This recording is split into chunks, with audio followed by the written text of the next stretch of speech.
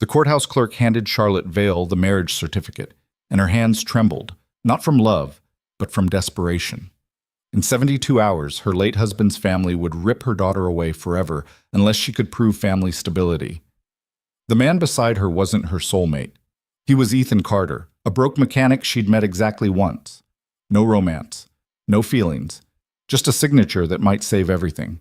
Then 6-year-old Lily grabbed both their hands, her tiny fingers ice cold and shaking, and whispered the words that broke something inside Charlotte. "Please don't leave me too." Welcome to this story. If you're watching from anywhere in the world, drop your city in the comments. I want to see how far this reaches. And if you're still here at the end, hit that like button. Now let me tell you how a fake marriage became the most real thing either of them ever had. Ethan Carter's hands were still black with engine grease when his phone rang at 11:47 p.m. on a Tuesday. He almost didn't answer. Nobody called him this late unless Noah's school had an emergency and his 8-year-old son was asleep upstairs safe. The number was unlabeled, probably a scam. He picked up anyway. "Yeah? Mr. Carter?" The voice was female, clipped, professional. "This is Amanda Cross, executive assistant to Charlotte Vale. Ms. Vale needs to meet with you tomorrow morning at 9. The address is..." "Who?" Ethan frowned, wiping his hands on a rag that made them worse. He'd been under Mrs. Patterson's Buick for 3 hours trying to coax life back into a transmission that should have died in 2015. His back hurt, his shoulders ached.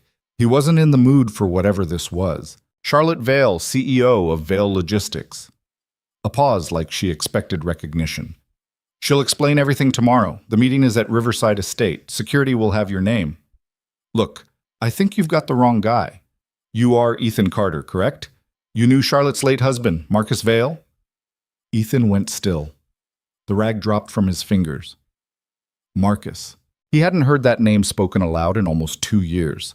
Not since the funeral, where he'd stood in the back row wearing his only suit, watching Charlotte Vale stand beside a small casket surrounded by people in clothes that cost more than his truck. He'd left before anyone noticed him. He didn't belong there. "I knew Marcus a long time ago," Ethan said carefully. "We went to high school together, but that was 9 a.m., Mr. Carter. It's important." The line went dead. Ethan stared at his phone, then at the Buick, still half assembled in his garage, then at the clock. He had no idea what Charlotte Vale could possibly want from him, but the mention of Marcus had opened something in his chest he'd kept sealed for years. Guilt, maybe. Or just the memory of the last time he'd seen his old friend alive. Marcus, thin and pale, sitting in this exact garage, asking Ethan a question he'd never fully understood. "If something happens to me," Marcus had said quietly, "I need to know someone will look after Charlotte and Lily, someone I trust."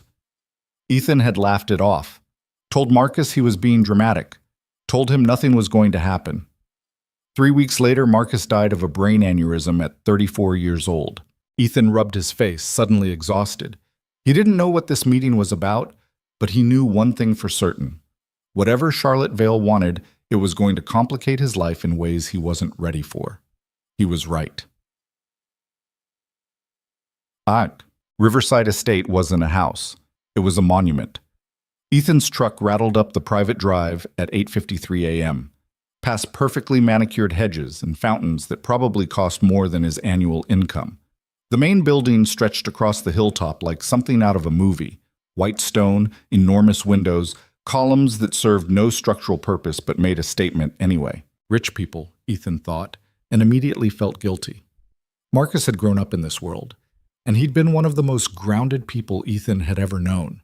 But Marcus was gone now, and Ethan was about to walk into a place where he absolutely did not fit. A woman in a gray suit met him at the entrance. Amanda Cross, he assumed. She looked him over. Jeans, work boots, a button-down shirt he'd ironed himself that morning, and her expression didn't change, which somehow made it worse. "Mr. Carter, this way." She led him through hallways filled with art that probably belonged in museums, past rooms he couldn't identify the purpose of, until they reached a set of double doors. Amanda knocked once, then opened them without waiting for an answer. "Ms. Vale, Mr. Carter is here." "Thank you, Amanda." The voice was smooth, controlled, and exhausted in a way Ethan recognized immediately. He'd sounded like that for a year after Sarah died. Like every word cost energy you didn't have. Charlotte Vale stood beside a floor-to-ceiling window overlooking the estate grounds. She wore black, slacks, blouse, heels that added 3 inches she didn't need. Her dark hair was pulled back severely, and her face was the kind of beautiful that made men nervous. Sharp cheekbones, pale skin, eyes the color of winter storms. But it was her hands Ethan noticed. They were clenched at her sides, knuckles white. "Mr. Carter," she said, turning to face him fully, "thank you for coming." "I didn't really have a choice, did I?" Ethan said, then winced. "Sorry, that came out wrong." "No, you're right. I ambushed you." Charlotte gestured to a chair. "Please, sit." Ethan sat. Charlotte remained standing, and he wondered if that was a power move or if she just couldn't stay still. "I'm going to be direct," Charlotte said, "because I don't have time for subtlety, and I don't think you're the type who appreciates it anyway." "Okay. My late husband's family is attempting to take my daughter away from me." Her voice didn't waver, but her hands clenched tighter.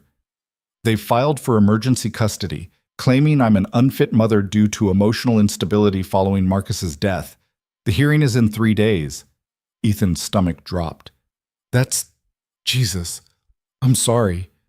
But I don't understand what this has to do with me.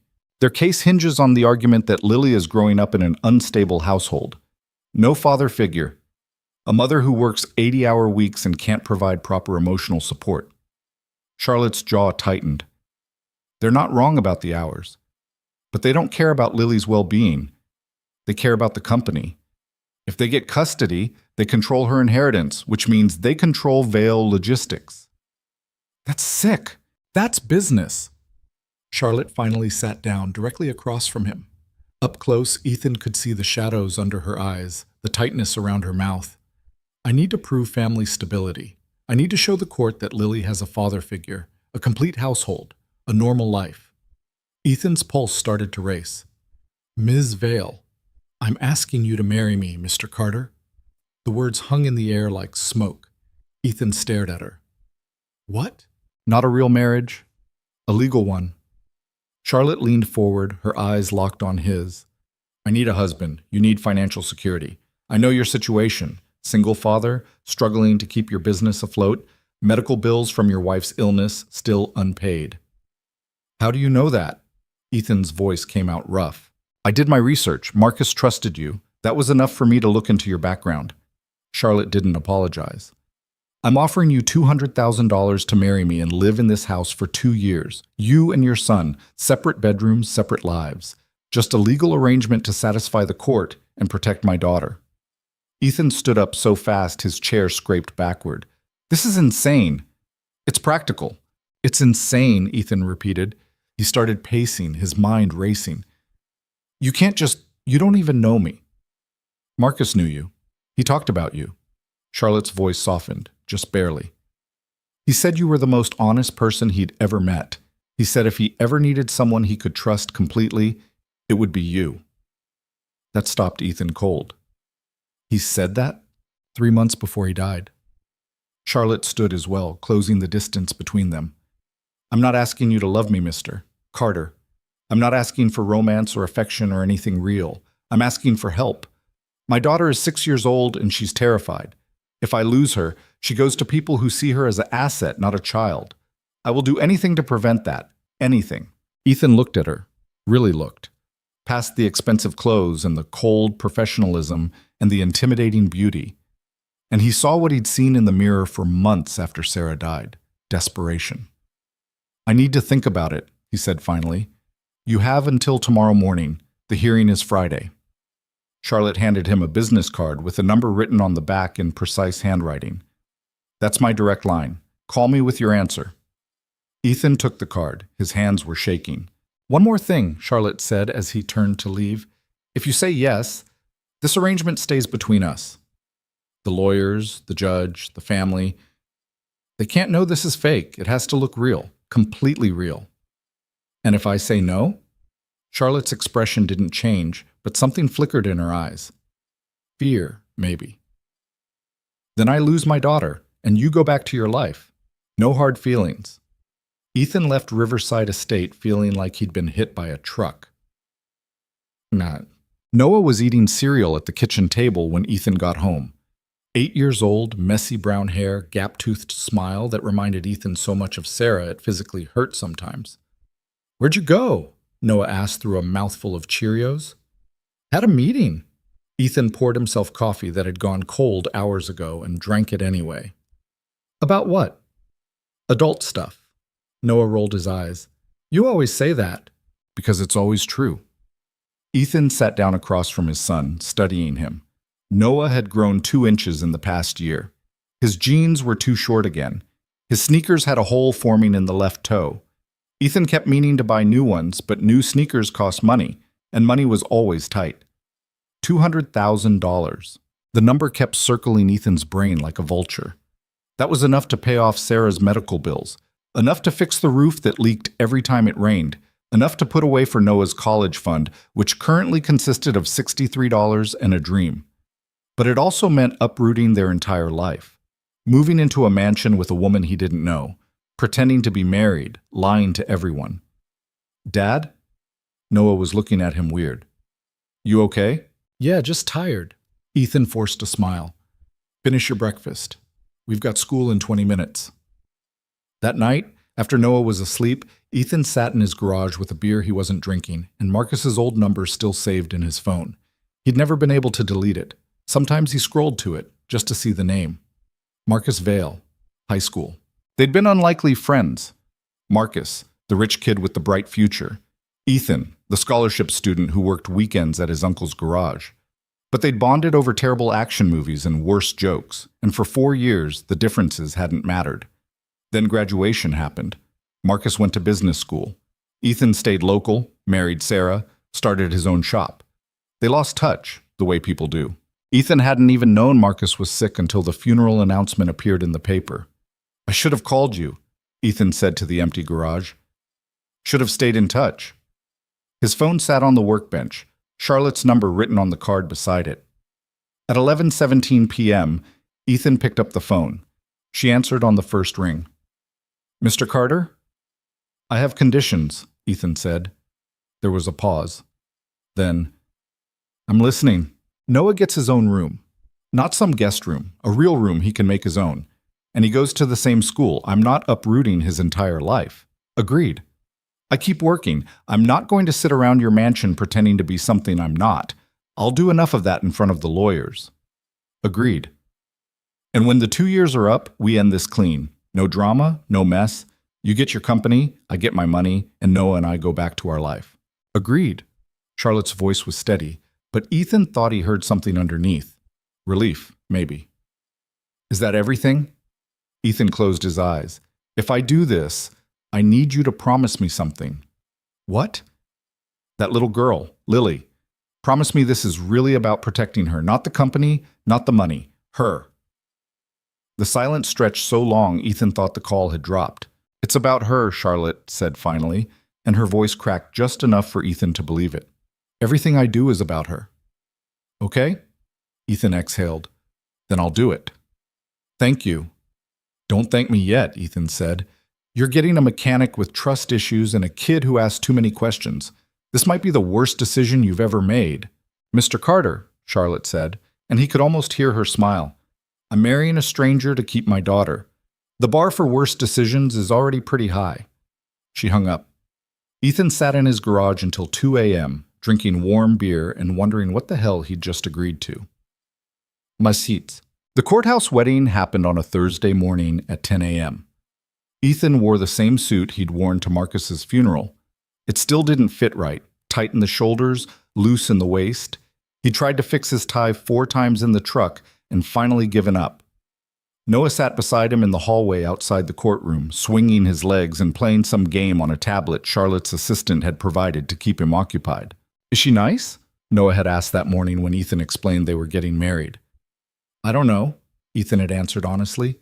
Then why are you marrying her? Because she needs help, and we need help, and sometimes that's enough. Noah had considered this with the seriousness only 8-year-olds could muster. Okay, but if she's mean to you, I'm going to tell her to stop. Now, sitting in the courthouse hallway, Ethan wished he'd come up with a better explanation. Because the truth was, he had no idea what he was doing. He was about to marry a billionaire he'd met once, move into a house that felt like a museum, and pretend to be someone he absolutely wasn't, for money. The thought made him sick. "Mr. Carter?" Amanda appeared, looking severe in navy blue. "We're ready." Ethan stood. Noah grabbed his hand immediately, and Ethan squeezed back. The courtroom was small, sterile, and nearly empty. Charlotte stood near the front with her lawyer, a thin man in an expensive suit who looked like he ate contracts for breakfast. She'd dressed simply, gray dress, minimal jewelry, but she still looked untouchable, unreachable. Then she saw Ethan and Noah, and something in her expression shifted, just slightly. A little girl stood beside Charlotte, half hidden behind her mother's legs. Lily. She had Marcus's dark curls and Charlotte's storm gray eyes, and she was staring at Ethan like he might be dangerous. The judge was an older woman with reading glasses and an expression that suggested she'd seen everything and was impressed by none of it. "Ms. Vale, Mr. Carter, please approach, please." They stood in front of the bench. Ethan could smell Charlotte's perfume, something expensive and cold. Her hands were steady now, perfectly still at her sides. The ceremony was brief, clinical. No flowers, no music, no guests beyond the lawyers and children. The judge read through the legal requirements in a monotone that made marriage sound like a business transaction, which Ethan supposed it was. "Do you, Charlotte Marie Vale, take this man to be your lawfully wedded husband?" "I do." Charlotte's voice was clear, emotionless. "Do you, Ethan James Carter, take this woman to be your lawfully wedded wife?" Ethan's mouth was dry. He glanced at Charlotte, then at Lily, still hiding behind her mother. "I do. By the power vested in me by the state, I now pronounce you husband and wife." The judge didn't smile. "You may kiss the bride." Charlotte's eyes widened slightly. Apparently she hadn't considered this part. Ethan hadn't either. They stared at each other for an awkward moment. Then Charlotte leaned in quickly, pressed her lips to his for exactly half a second, and pulled back. It was the most emotionless kiss Ethan had ever experienced. "Congratulations," the judge said dryly. "Next case." They signed the papers in silence. Charlotte's signature was elegant, practiced. Ethan's was a scrawl. The lawyer witnessed, Amanda witnessed, and just like that, Ethan Carter was married to a woman he didn't love, didn't know, and had no business being tied to. Noah tugged his sleeve. "Dad, are we going to her house now?" "Yeah, buddy, we are." "Cool." Noah seemed completely unbothered by the fact that their entire life had just changed. Lily, however, had not moved. She was still pressed against Charlotte's side, her small hands gripping her mother's dress so tightly her knuckles were white. Charlotte bent down, her voice soft. "Lily, this is Ethan, and this is Noah. They're going to live with us now." "I don't want them to." Lily's voice was barely a whisper. "I know?" Charlotte's composure cracked just for a second. "But they're here to help us, okay?" Lily didn't answer.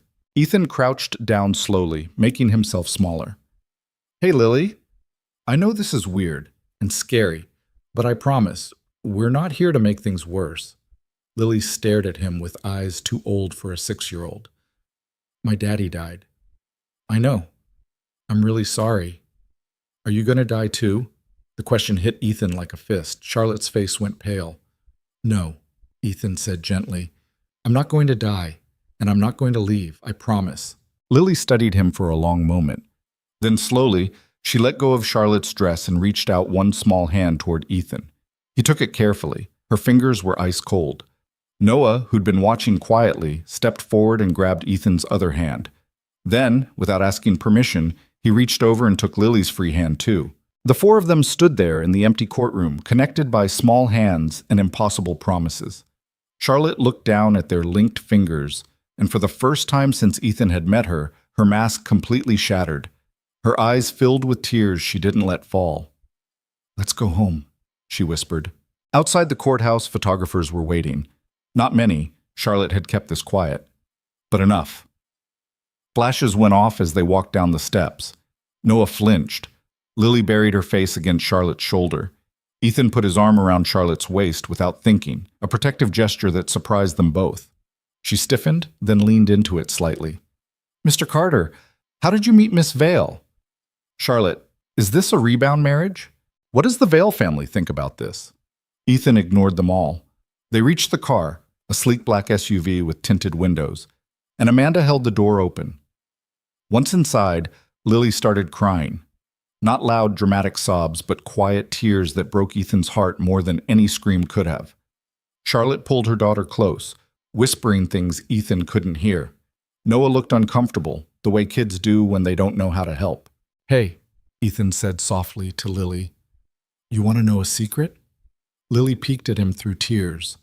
"When my son Noah was your age, he was afraid of thunderstorms. So every time it stormed, we'd build a fort out of blankets and eat ice cream inside. Made the scary stuff less scary." "Does that work?" Lily's voice was small. "Every time." Lily considered this, then quietly, "I like ice cream." "Me too," Noah offered. "Chocolate is the best." "Strawberry is better," Lily said, a hint of defiance in her voice. "No way." And just like that, the two kids were arguing about ice cream flavors, the tension broken by the simple magic of childhood. Charlotte looked at Ethan over their heads, and for the first time, he saw something other than cold professionalism in her eyes. Gratitude. The drive to Riverside Estate took 40 minutes. Ethan spent it staring out the window, watching the houses get bigger and farther apart, wondering what the hell he'd just gotten himself into. When they finally pulled up to the mansion, Noah's eyes went huge. "We're going to live here?" "Apparently," Ethan muttered.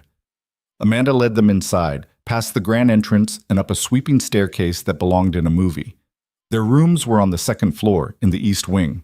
"Mr. Carter, this is your room," Amanda said, opening a door to a suite roughly the size of Ethan's entire house. "Noah's room is adjacent, connected by this door. Ms. Vale and Lily are in the west wing. Separate wings, separate lives." Ethan's room was beautiful and sterile, expensive furniture, huge windows, a bed that could sleep 4. It didn't feel like a room someone lived in. It felt like a hotel. Noah's room, at least, had potential. Big windows, empty bookshelves waiting to be filled, space for all his stuff, and then some. "This is awesome," Noah ran to the window. "Dad, you can see the whole yard from here." "Yeah, buddy, it's pretty nice. Can I pick out paint colors and get new posters?" "We'll ask Charlotte." Ethan realized he'd used her first name without thinking. It felt strange in his mouth. That evening, they ate dinner in a dining room designed for 20 people. 4 of them sat at one end of a table long enough to land a plane on. The food was prepared by a chef Ethan never saw, served by staff who appeared and disappeared silently. It was the most uncomfortable meal of Ethan's life. Charlotte asked Noah polite questions about school. Noah answered enthusiastically, oblivious to the awkwardness. Lily picked at her food and said nothing. Ethan tried to eat normally and mostly failed. After dinner, Charlotte retreated to her study. Amanda showed Ethan where everything was. The kitchen, professional grade and intimidating. The library, 3 floors of books he'd never read.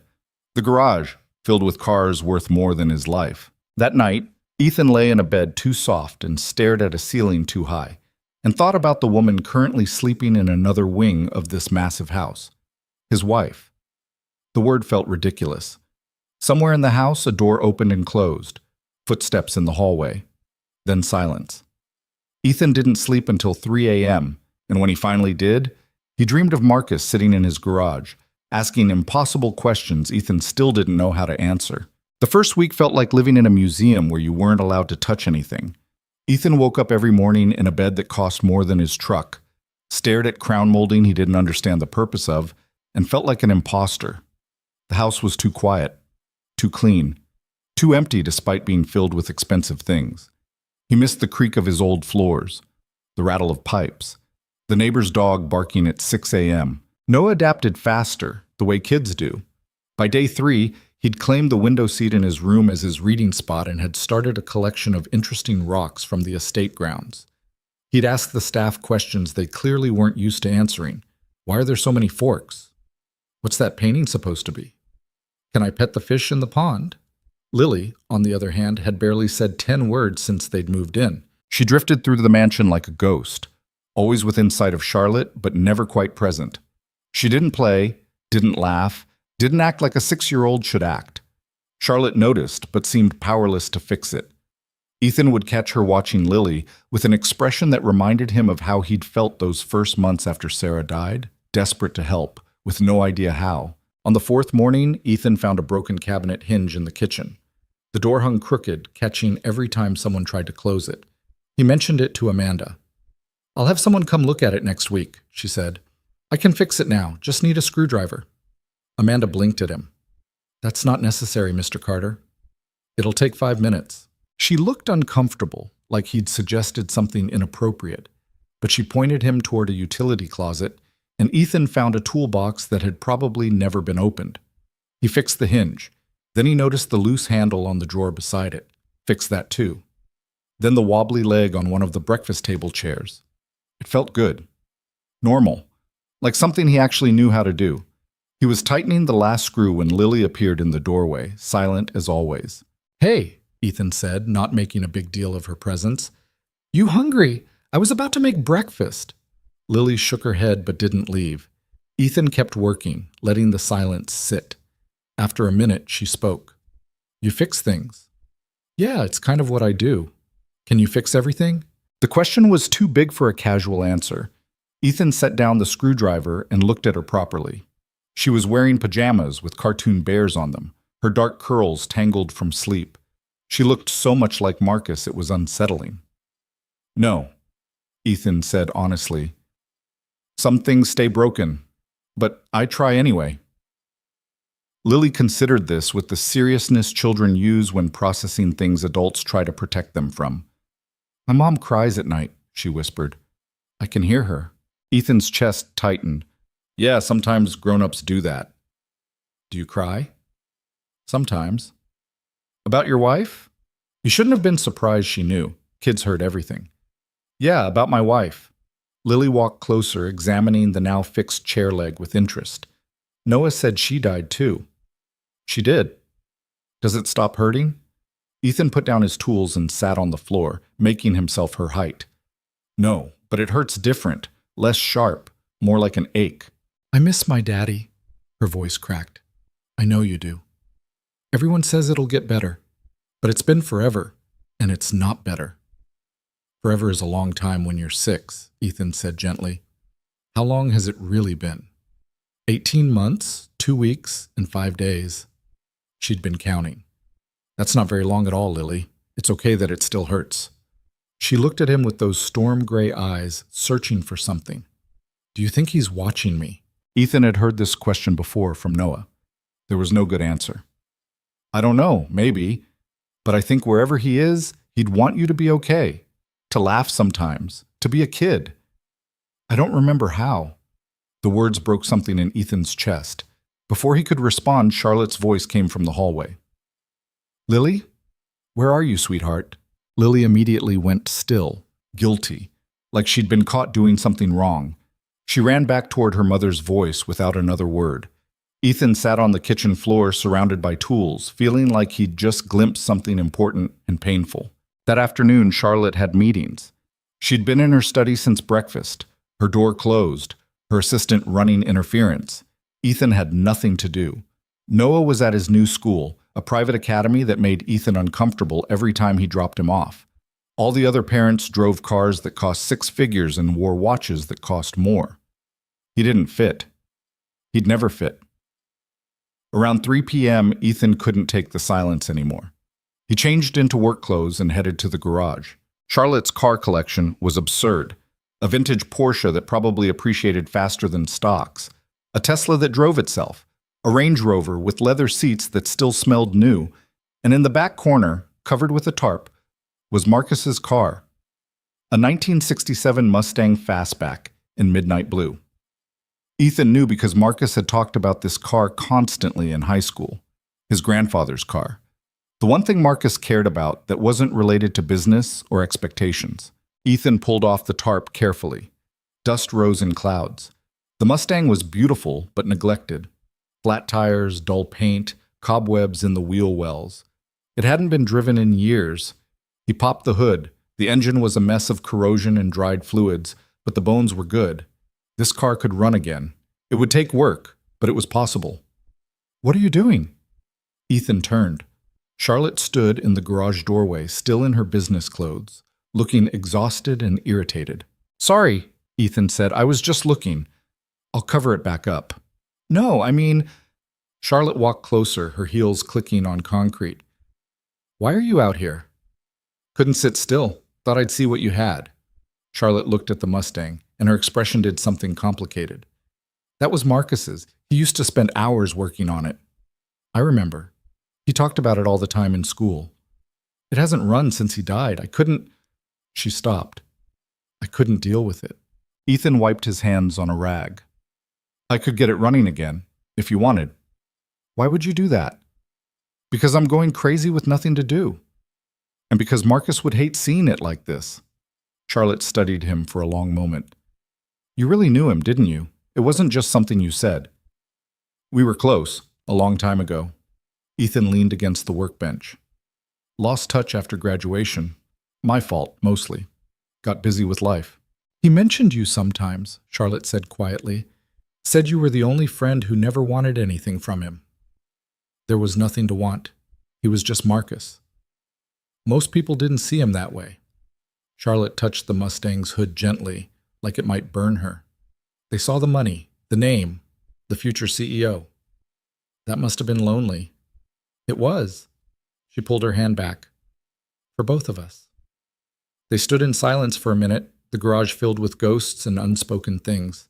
"The custody hearing is in 2 days," Charlotte said finally. "The lawyers think we have a good case now. Stable home, 2-parent household, character witnesses lined up. That's good. We need to be convincing, at the hearing and after. The Vale family will be watching for any sign this marriage isn't real." "I know. Which means we need to act like a couple, in public at least." Ethan nodded. "I can do that." "Can you?" Charlotte looked at him directly. "Because you can barely look at me during dinner. You freeze every time I get within 3 feet of you. If the lawyers notice, the judge definitely will." She wasn't wrong. Ethan had been treating her like a live wire, necessary to be near but dangerous to touch. "I'll work on it," he said. "We both need to." Charlotte's voice softened. "I'm not good at this either. Pretending? Being close to someone." "Even with Marcus?" "Marcus and I had an arrangement too. Just a different kind." She said it matter-of-factly, but Ethan heard the pain underneath. "Our marriage was about family expectations, merging dynasties. We cared about each other, but love, that wasn't part of the contract." Ethan stared at her. "He never said anything." "He wouldn't have. Marcus was very good at playing the part people expected." Charlotte wrapped her arms around herself. "I think that's why he valued you. You never expected him to be anything but himself." The conversation was getting too heavy, too real. Ethan changed the subject. "The Mustang. You want me to fix it or leave it alone?" Charlotte looked at the car again, and for a second her mask slipped completely. "Fix it, please. I think he'd like that." She left before Ethan could respond. That night, thunderstorms rolled in around 10 p.m., the kind that made the mansion's windows rattle and turned the sky purple-black. Ethan lay in bed listening to rain hammer the roof, thinking about Charlotte's admission. Marcus's marriage had been arranged too, just with better PR. He wondered if Marcus had been happy, if Charlotte had been, if arranged marriages ever turned into real ones, or if they just remained beautiful lies people told themselves. A scream cut through the storm.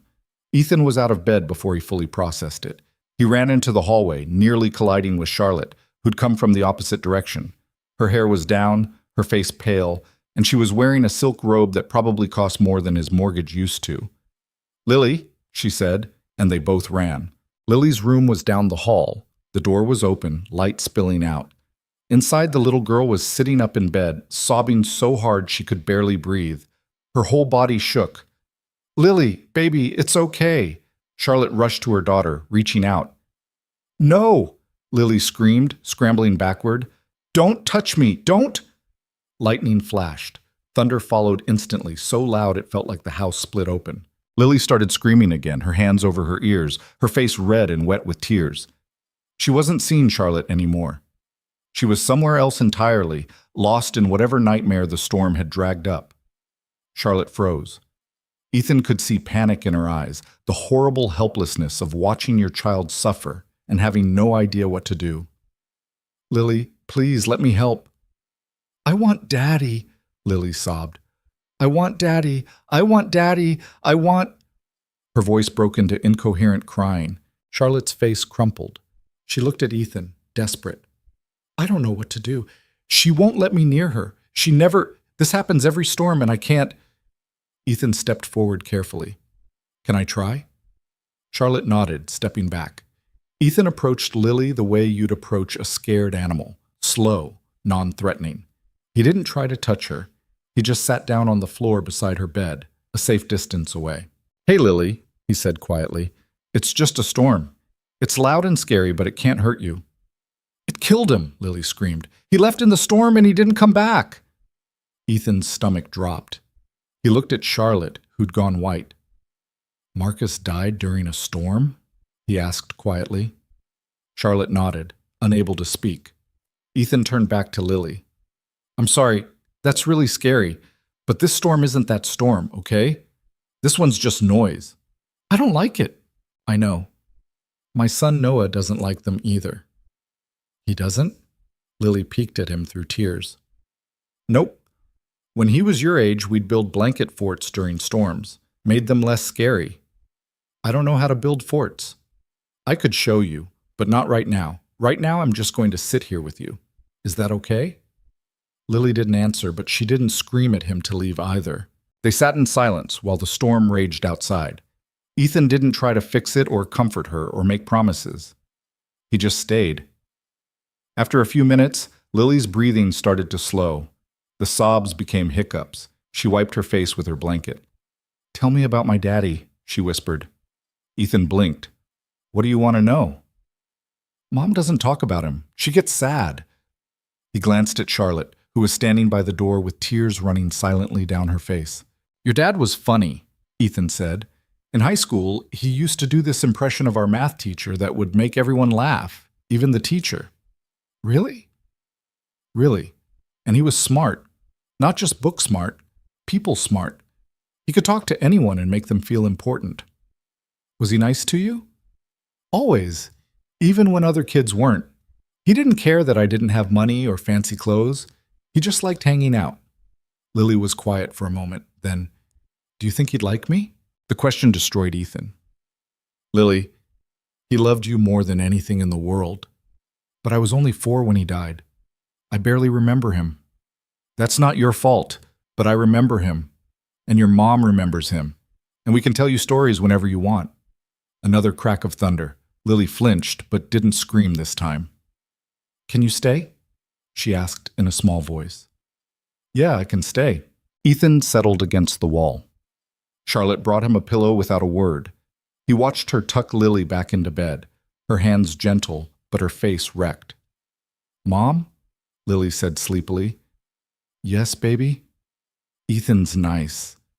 Charlotte's breath caught. Yes, he is. I'm glad he's here.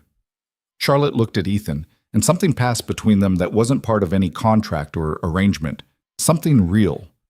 Me too, Charlotte whispered. She left, closing the door most of the way. Ethan stayed on the floor beside Lily's bed, listening to the storm and the little girl's breathing even out into sleep. Around 2 a.m., when the rain had softened to a steady drumbeat, Charlotte came back. She'd changed into pajamas, actual pajamas, not the silk robe, and she looked younger, more vulnerable. She's asleep, Ethan said quietly. I know, Charlotte sat down on the floor beside him. Thank you. Don't thank me. I didn't do anything. You stayed. That's everything. She pulled her knees to her chest. I'm her mother and I can't comfort her. What does that say about me? It says you're both grieving and sometimes grief gets tangled up.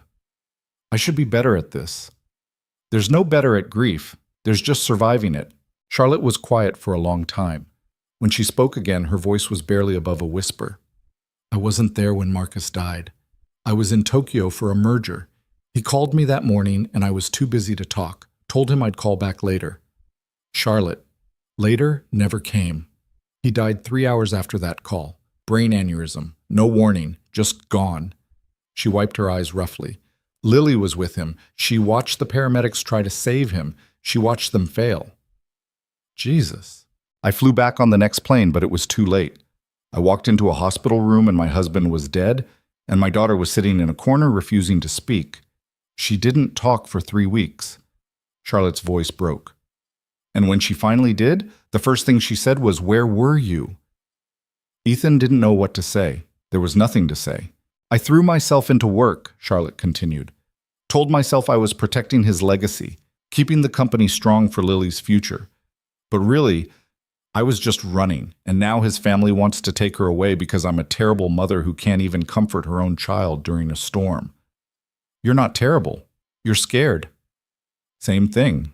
No, it's not. Ethan turned to face her. You're doing everything you can. Sometimes that's not enough. Sometimes grief breaks things that don't know how to heal, but you're here. You're trying. That matters. Charlotte looked at him with red-rimmed eyes. Why are you so kind to us? We're strangers. This is just a business arrangement. Marcus was my friend, and Lily's a scared kid who needs help. That's enough reason. Is it? Because I'm paying you $200,000. Sometimes I wonder if you'd be here otherwise. The words stung more than they should have. Ethan stood up. I'm going to bed. Wait, I didn't mean, yeah, you did. And maybe you're right. Maybe I'm only here for the money. But that doesn't make Lily less scared or you less alone. He walked to the door. Good night, Charlotte.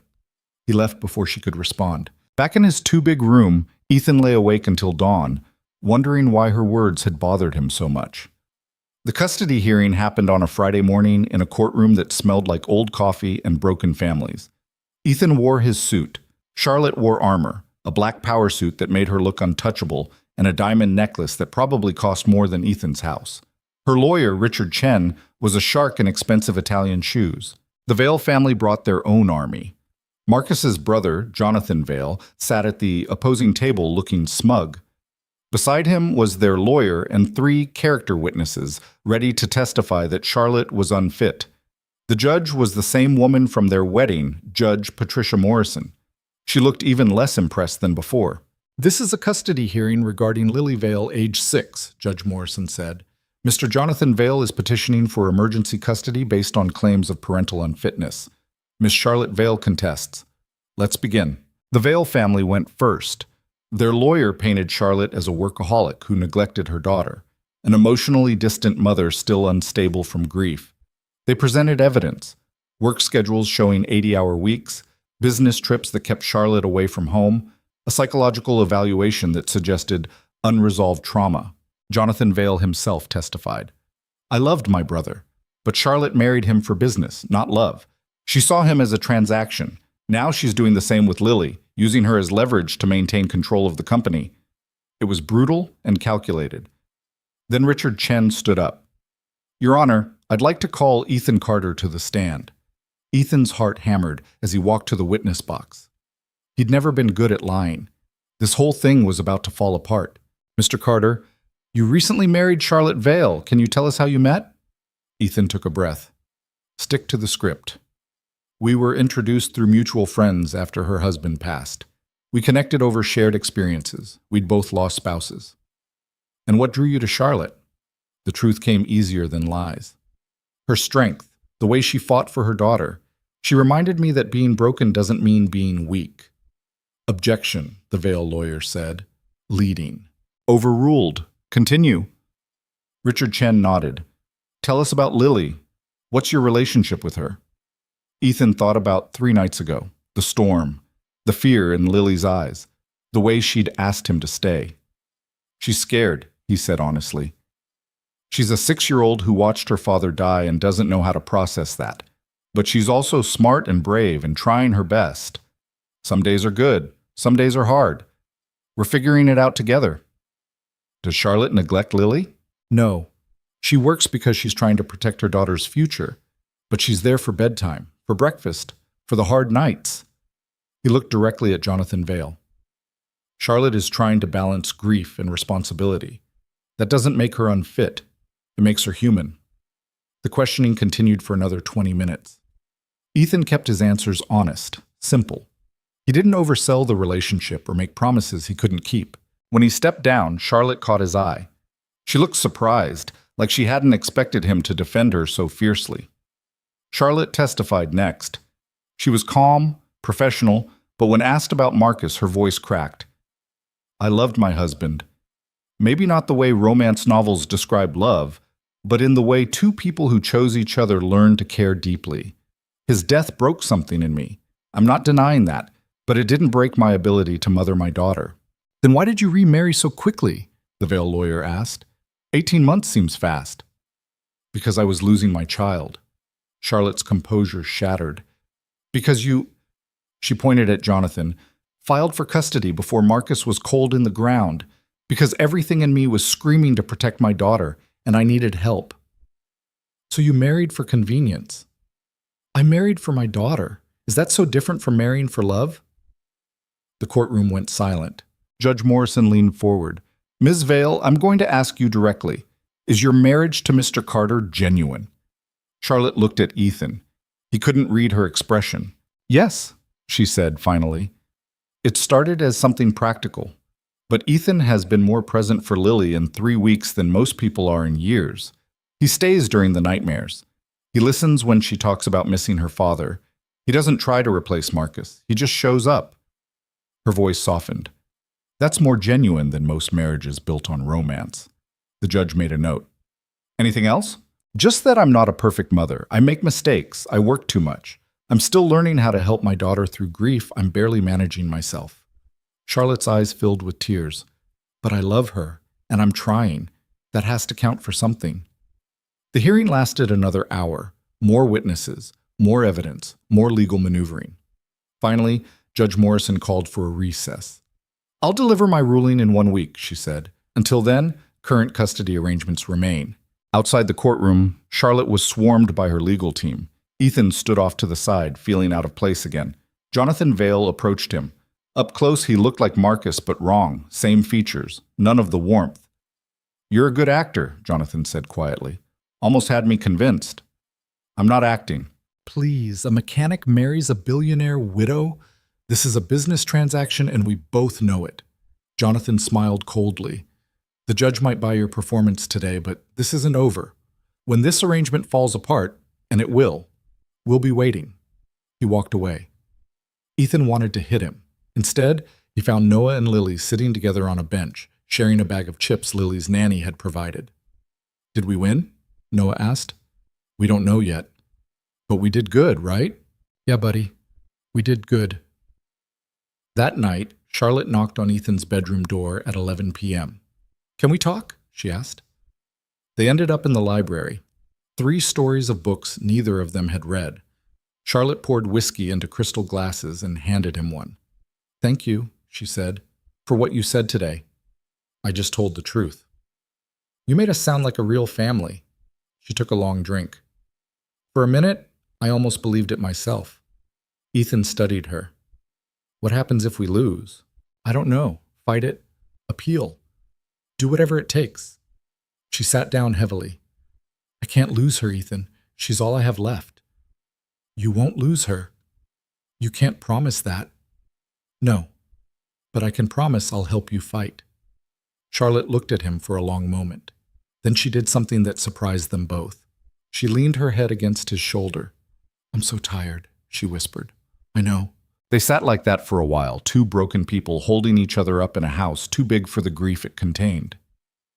When Charlotte finally left, Ethan sat alone in the library drinking expensive whiskey and thinking about how this fake marriage was starting to feel dangerously real.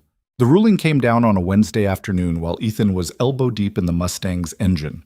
Judge Morrison had granted Charlotte full custody with the caveat that the Vale family received supervised visitation twice a month. Jonathan had filed an immediate appeal, but for now, Lily was staying home. Charlotte called Ethan from her office at Vale Logistics. He could hear the relief in her voice even through the phone's static.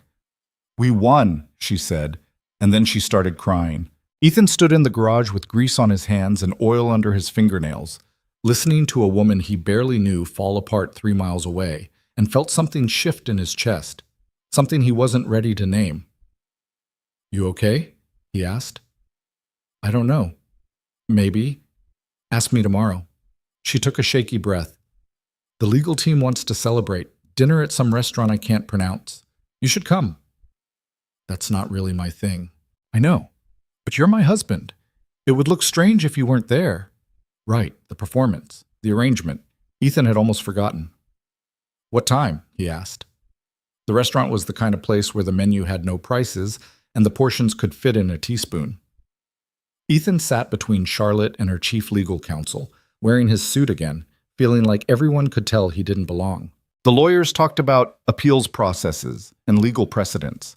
Charlotte smiled and thanked them professionally, but Ethan could see the exhaustion behind her eyes.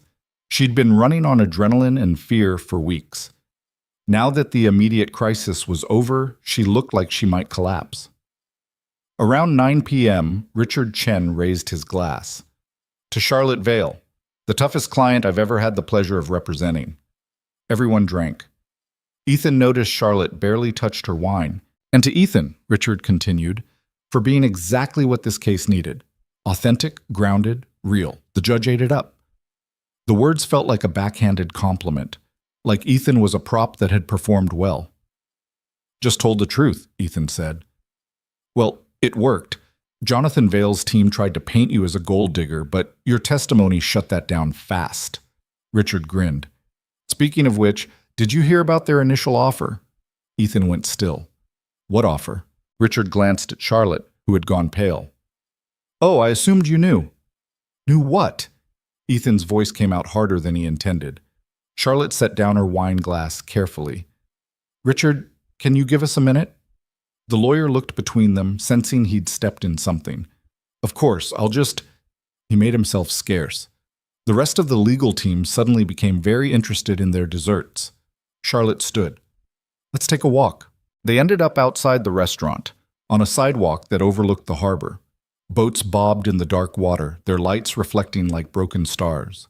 Charlotte wrapped her arms around herself despite the warm evening. Before the wedding, she said finally, Jonathan approached you, didn't he?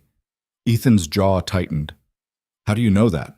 I didn't, not for sure, but Richard's been digging into Jonathan's finances for the appeal, and he found a wire transfer authorization, $2 million, dated 3 days before our wedding, payable to you. She turned to face him. He offered you money to walk away. Yeah, he did. Why didn't you tell me? Because it didn't matter. I said no. Charlotte stared at him. $2 million and you said no? Just like that? Just like that. Why? Ethan looked out of the water. Because Marcus asked me to look after you and Lily if anything happened to him. I didn't understand what he meant at the time, thought he was being paranoid, but he knew. Somehow he knew his family would come for Lily. He shoved his hands in his pockets. $2 million doesn't make up for breaking a promise to a dead friend. Charlotte was quiet for a long time. When she spoke, her voice was thick. I didn't know Marcus talked to you about us. He came to my garage about a month before he died. Said he needed to ask me something important. Told me about you and Lily. Said if anything ever happened, he needed someone he trusted to protect you both. Ethan's throat tightened. I laughed it off, told him he was worrying over nothing. You couldn't have known. Neither could you, but we're both carrying it anyway. Charlotte moved closer, close enough that Ethan could smell her perfume, could see the tears she was trying not to cry. You turned down $2 million because of a promise you made to a man who's been dead for 18 months. Yeah. That's the stupidest thing I've ever heard. Probably. You could have taken the money and run, let Jonathan's lawyers destroy me, walked away clean. I know. So why didn't you? Ethan met her eyes. Because some things matter more than money. I figured a billionaire would understand that. Charlotte let out a sound that was half laugh, half sob. I'm starting to. They stood there in silence, the sounds of the city washing over them. Finally, Charlotte spoke again. There's something else you should know. What? Lily's therapist bills. I noticed they'd been paid in full last month. I didn't authorize it, so I asked Amanda to look into it. Charlotte's voice went soft. It was you. You paid them. Ethan tensed. That's not $12,000, Ethan. You paid $12,000 for my daughter's therapy. She needed it, and you were buried in legal fees. It wasn't a big deal. Wasn't a big deal? That's more than half your savings. How do you know how much I have saved? Because I pay attention. Charlotte stepped closer. You spent your emergency fund on therapy for a child who isn't yours. Why? Because she was having panic attacks 3 times a week, and nobody was doing anything about it, Ethan said, his voice rising. Because you were drowning and didn't see it. Because someone had to help her, and I was standing right there. You should have told me. Why? So you could feel guilty about it? So you could insist on paying me back and make it transactional? Ethan shook his head. She's a scared kid. She needed help. That's the whole story. Charlotte was crying now, tears running down her face that she didn't bother to wipe away. I don't understand you. Join the club. You turn down millions. You spend your savings on my daughter. You defend me in court like you actually give a damn. Why? Because I do give a damn. The words came out louder than Ethan intended. A couple walking past glanced over. He lowered his voice. I don't know when it happened, but somewhere between the courthouse and the hearing and the nightmares and the broken cabinets, I started caring. About Lily. About you. About this whole mess. Charlotte closed the distance between them completely. This was supposed to be business. I know. A clean arrangement. I know. So what the hell is it now? Ethan didn't have an answer, so he did something reckless instead. He kissed her. Not the half-second performance from their wedding. A real kiss. His hand cupping her face, her fingers gripping his jacket, both of them desperate and confused and trying to figure out what this thing between them was becoming.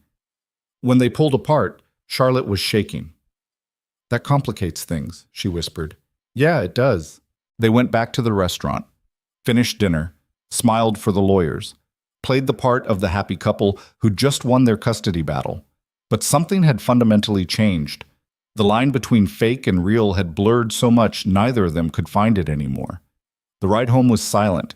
They sat in the back of the town car with 6 inches of space between them that felt like miles. Charlotte stared out her window. Ethan stared out his. Neither spoke. When they got back to Riverside Estate, Amanda was waiting with an iPad and a worried expression. Ms. Vale, there's something you need to see.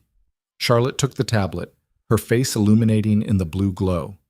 Ethan watched her expression change from confusion to shock to something that looked like grief. What is it? He asked. Charlotte handed him the iPad without a word. It was an email from Marcus's lawyer. Subject line, time-delayed message, 18 months post-death. Ethan read the body text twice before it sank in. Marcus set up a video message, Charlotte said, her voice hollow, to be released 18 months after his death. It unlocked tonight. The video file was attached. Charlotte tapped it with trembling fingers. Marcus's face filled the screen. He looked tired, thinner than Ethan remembered, but his eyes were clear, determined. Charlotte, Marcus said, and his wife made a small wounded sound. If you're watching this, I've been dead for a year and a half. And knowing my family, you've probably spent that time fighting to keep Lily. Charlotte's hand flew to her mouth. I'm sorry, Marcus continued.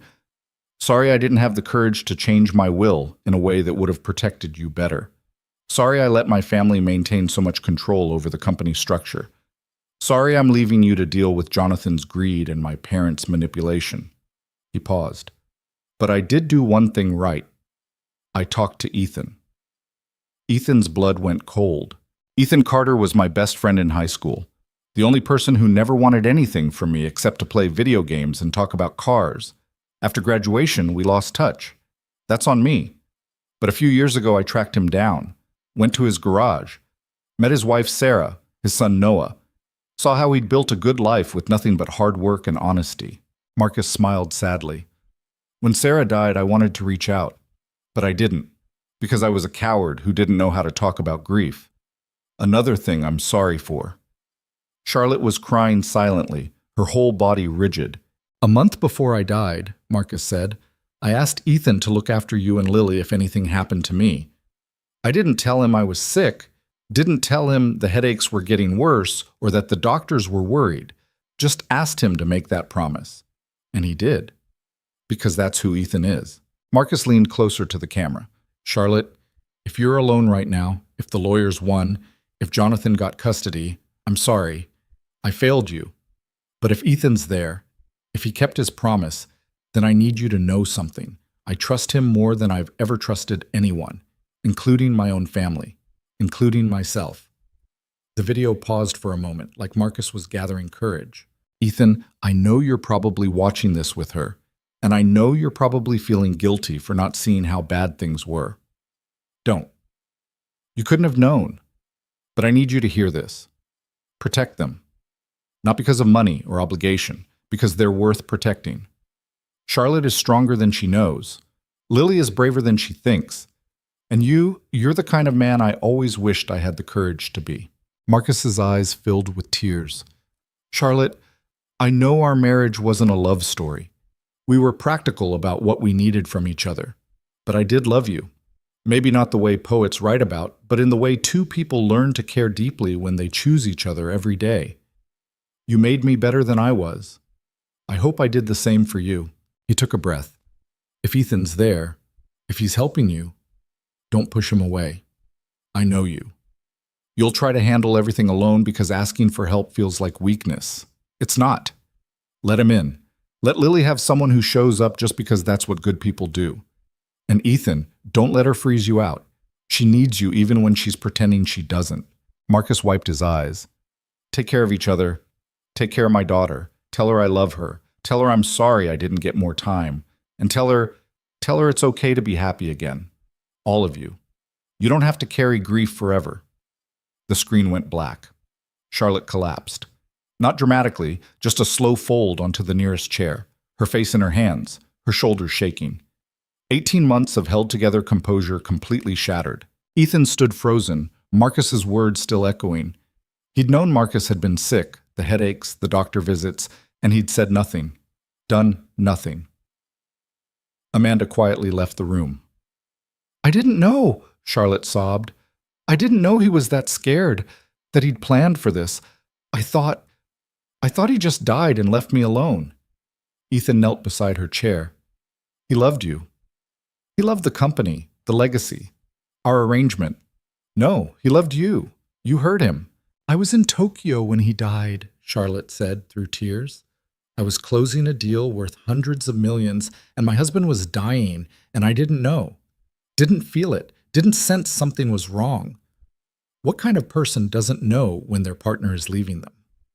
The kind who's doing exactly what they promised to do. He knew you were working. He wanted you to work. This isn't your fault. Then whose fault is it? Nobody's. Sometimes people just die and there's no one to blame.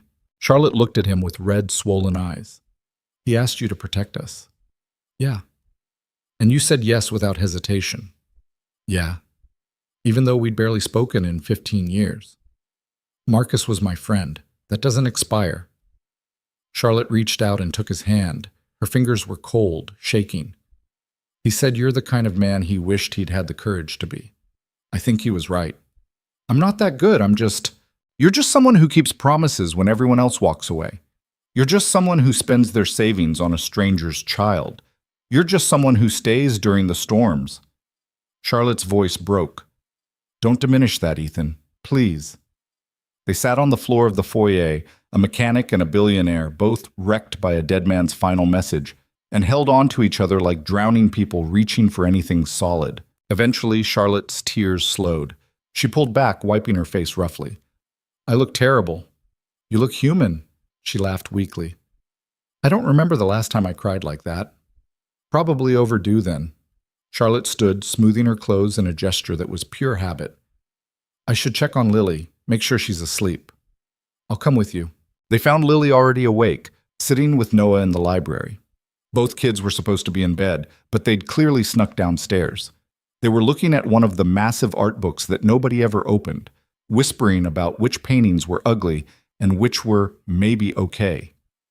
You two are supposed to be asleep, Charlotte said, but there was no real anger in it. We couldn't sleep, Noah said quickly, so we thought we'd look at boring stuff until we got tired. And? Ethan asked. Still not tired. Turns out some of this art is actually cool. Noah pointed to a Jackson Pollock. This guy just threw paint at a canvas and became famous. That's genius. That's ridiculous, Lily countered. My kindergarten class does better. Yeah, but did your kindergarten class sell paintings for millions? If they did, I want my cut. Ethan caught Charlotte's eye. She was almost smiling. Okay, Charlotte said, but 30 more minutes, then bed, for real this time. The kids went back to their debate. Charlotte and Ethan stood in the doorway watching. They're good together, Charlotte said quietly. Yeah, they are. Noah's been good for Lily. She smiles more when he's around. Lily's been good for Noah too, gives him someone to take care of besides me. Charlotte leaned against the door frame. Do you think Marcus planned this? Not just asking you to help, but specifically hoping we'd… She stopped. Would what? I don't know. Become something real? Ethan considered it. Maybe. Marcus was always 3 steps ahead of everyone. Would you hate it if he did? If this was all part of some plan he set in motion before he died? I don't know.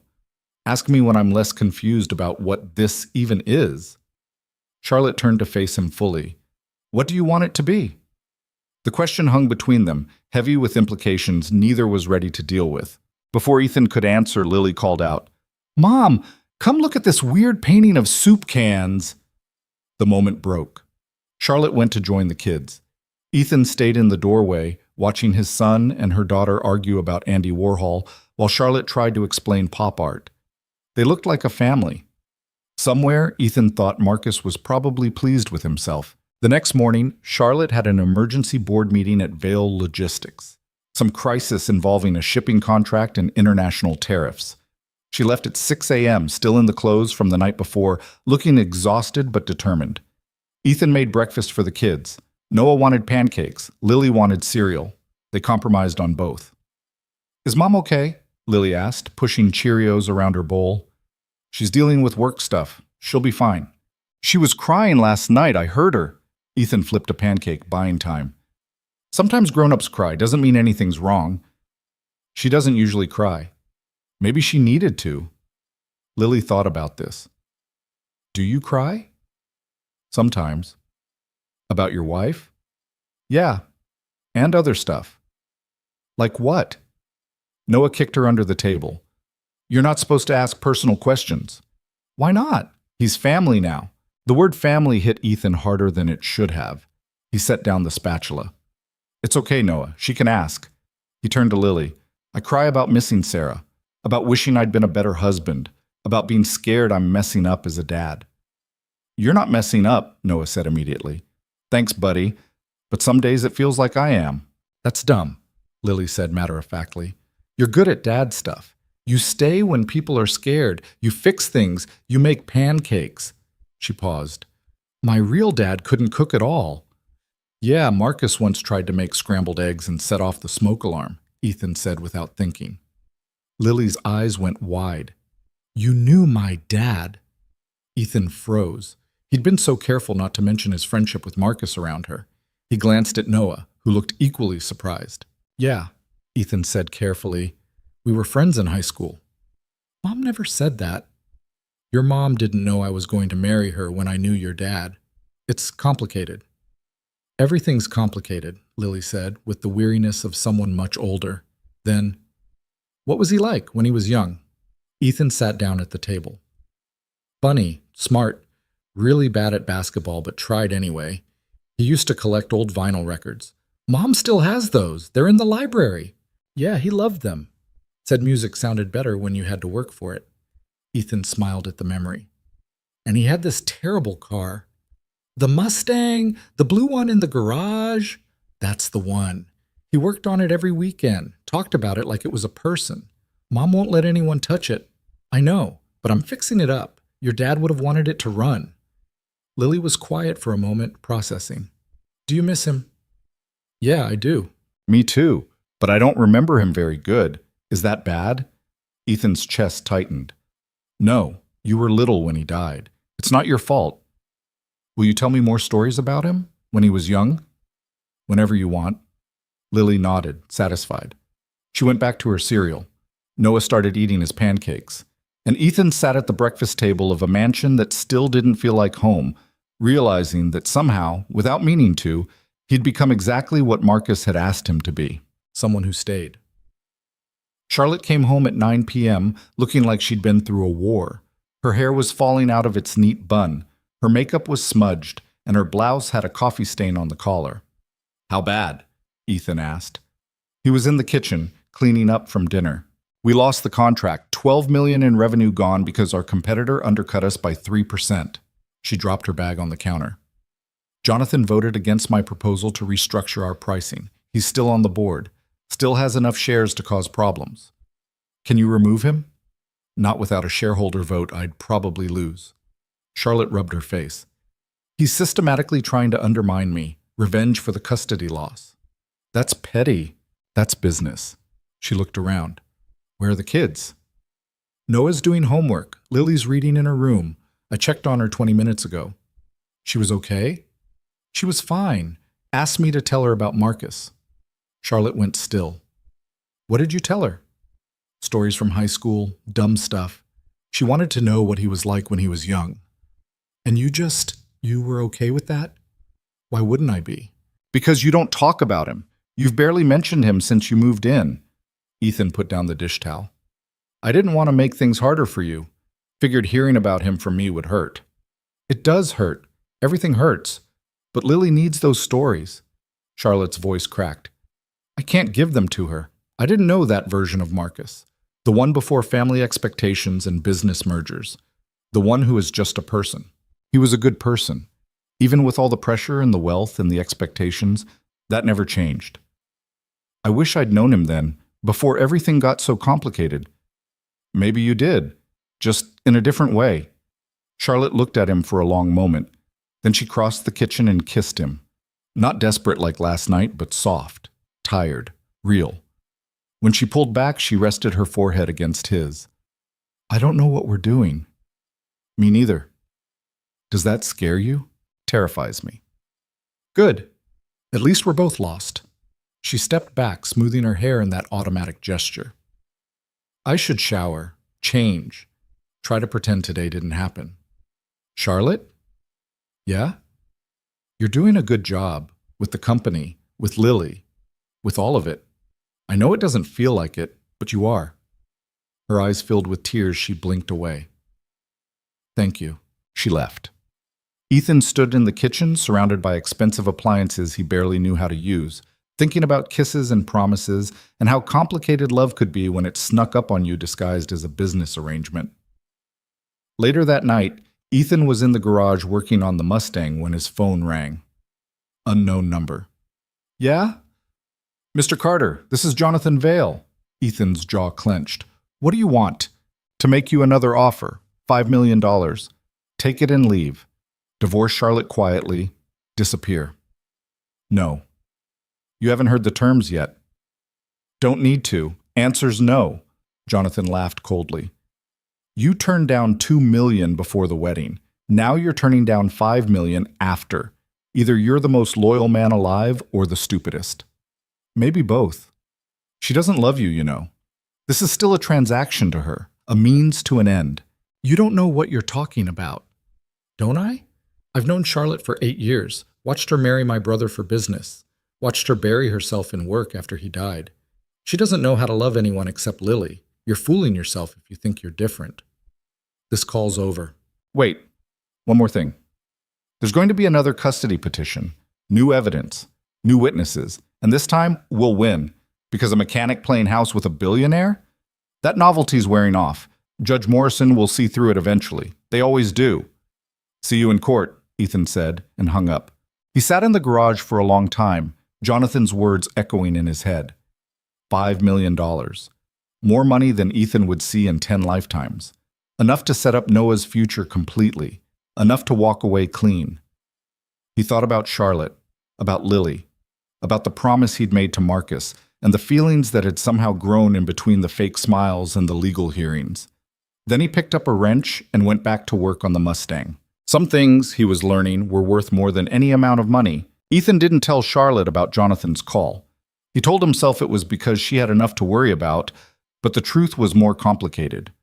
Part of him wanted to know if Jonathan was right, if this was still just a transaction to her, if he was fooling himself into believing something real was happening between them. The Mustang became his refuge.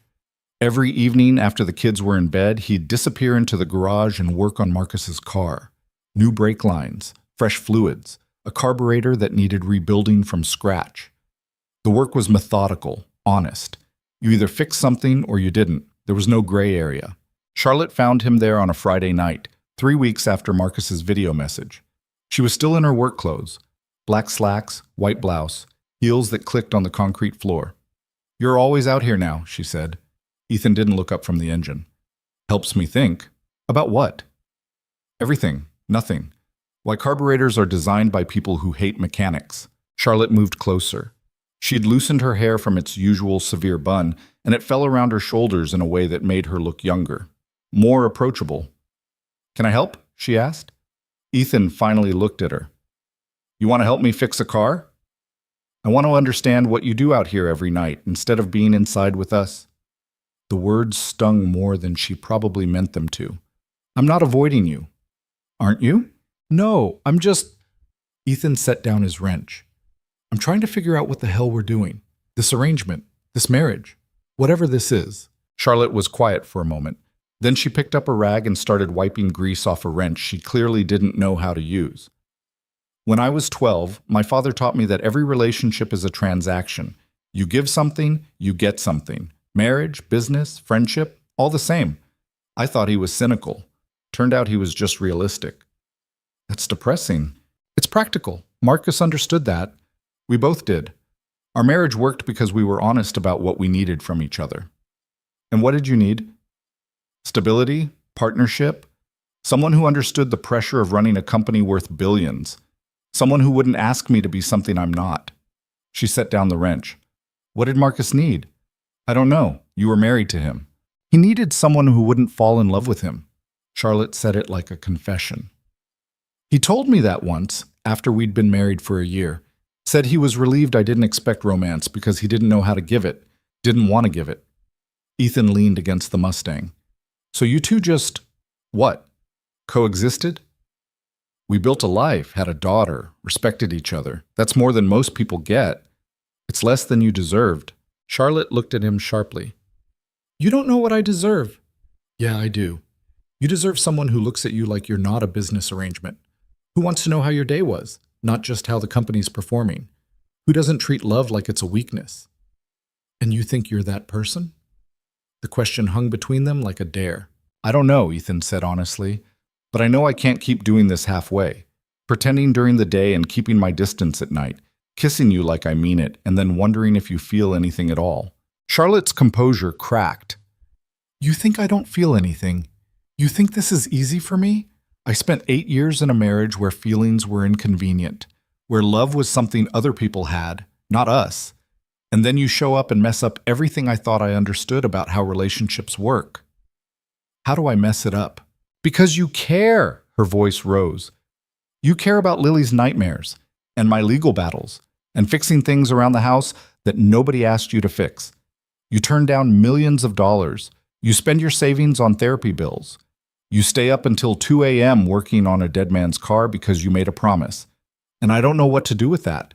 I don't know how to be with someone who gives without expecting anything back." "I expect plenty back." "Like what?" "For you to be honest with me, to stop treating this marriage like a business deal we're both stuck in, to admit that maybe, just maybe, this stopped being fake somewhere along the way." Charlotte stared at him. "When did it stop being fake for you?" Ethan thought about it. "The night of Lily's panic attack. When you put your head on my shoulder in the library and let yourself be tired instead of strong. That's when I knew." "Knew what?" "That I was in trouble, that I was starting to care about you in ways that had nothing to do with Marcus, or promises, or money." Charlotte's eyes filled with tears. "I can't do this." "Why not?" "Because everyone I love leaves. My mother died when I was 16. My father remarried someone who made it clear I was in the way. Marcus died. And if I let myself love you, if I let myself believe this is real, you'll leave too. They always do." "I'm not leaving." "You say that now. But in a year, 2 years, when the arrangement is over and you realize you're trapped with a woman who doesn't know how to be a real wife, you'll walk away. And I can't—" Her voice broke. "I can't survive that again." Ethan crossed the space between them. He took her face in his hands, forcing her to look at him. "I'm not Marcus. I'm not your father. I'm not anyone who left. I'm the guy who shows up. That's what I do. I show up and I stay and I keep my promises, even when it's hard. For how long? As long as you'll let me. Charlotte kissed him, desperate, messy, real, her hands fisted in his shirt, pulling him closer. Ethan wrapped his arms around her, holding her like she might disappear if he let go. When they finally pulled apart, both breathing hard, Charlotte whispered, "I'm scared." "Me too. What if we mess this up? What if we hurt the kids? What if we don't?" Ethan interrupted. "What if we actually figure this out and it works?" Charlotte laughed weakly. "That might be scarier." They stood in the garage surrounded by tools and car parts and the ghost of the man who'd brought them together. Finally, Charlotte stepped back. "Show me," she said. "Show you what?" "How to fix the car. Teach me." Ethan blinked. "You want to learn about engines? I want to understand what you do out here. What Marcus loved about this car. She hesitated. "I want to spend time with you doing something that's not a performance or a legal strategy. Just us." So Ethan taught her. He showed her how to check the oil, how to identify different engine parts, how to use a socket wrench without stripping the bolt. Charlotte was terrible at it. She got grease everywhere, asked questions that showed she'd never held a tool in her life, and swore creatively when the wrench slipped. But she laughed. Real laughs. Not the polite ones she used at business dinners. And Ethan found himself laughing too, at how absurd it was. A billionaire CEO in designer clothes learning to rebuild a carburetor in her garage at midnight. "This is ridiculous," Charlotte said, wiping grease on her already ruined blouse. "I have no idea what I'm doing." "You're doing fine. I just dropped a bolt into the engine. We're going to have to take the whole thing apart to find it." "Then we take it apart. It's not a race." Charlotte looked at him, her hair falling in her face, her hands black with grease, her expensive clothes ruined. "Why are you smiling?" "Because you look happy, like an actual person instead of a CEO." "I am a CEO. You're also Charlotte. Sometimes I think you forget that." She was quiet for a moment, her expression softening. "I did forget. For a long time. Work was safer than being a person. People get hurt. Yeah, they do, but they also get to feel things. Good things." "Is this a good thing? Us?" "I think it could be, if we stop fighting it." Charlotte set down the wrench. "I haven't felt this terrified since Lily was born." "That's probably a good sign." "How is terror a good sign?" "Because it means you care. You don't get scared about things that don't matter." Charlotte laughed, shaking her head. "You're either very wise or very stupid. I can't tell which." "Probably both." They worked on the Mustang until 2 a.m. Charlotte's attempts at helping were mostly ineffective, but Ethan didn't care. She was there. She was trying. That was enough. The next morning, Ethan woke up to find Charlotte already gone. A note on the kitchen counter said she had an emergency board meeting. Noah and Lily were eating breakfast supervised by the nanny, debating whether dragons or dinosaurs would win in a fight. "Dragons have fire," Noah argued. "Dinosaurs have numbers," Lily countered. "One dragon can't beat 1,000 T-Rexes." 1,000? That's cheating. You didn't specify quantities in the rules. Ethan poured coffee, listening to them argue with the seriousness children brought to hypothetical battles. 6 months ago, Lily barely spoke. Now she was holding her own against Noah's dinosaur expertise. "Dad," Noah said, "settle this. Dragons or dinosaurs?" "I'm not getting involved in this." "That's a cop-out," Lily said. "That's survival. I pick wrong, and you'll both team up against me." The kids grinned at each other, and Ethan realized they'd been trying to trap him into choosing. His phone buzzed, a text from Charlotte. "Board meeting disaster. Jonathan's trying to force a vote to remove me as CEO. Can you pick up Lily from school? I'll be late." Ethan texted back, "Of course. You okay?" "No, but I will be. Thank you." That afternoon, Ethan stood outside Lily's expensive private school, surrounded by mothers in yoga pants that cost more than his truck.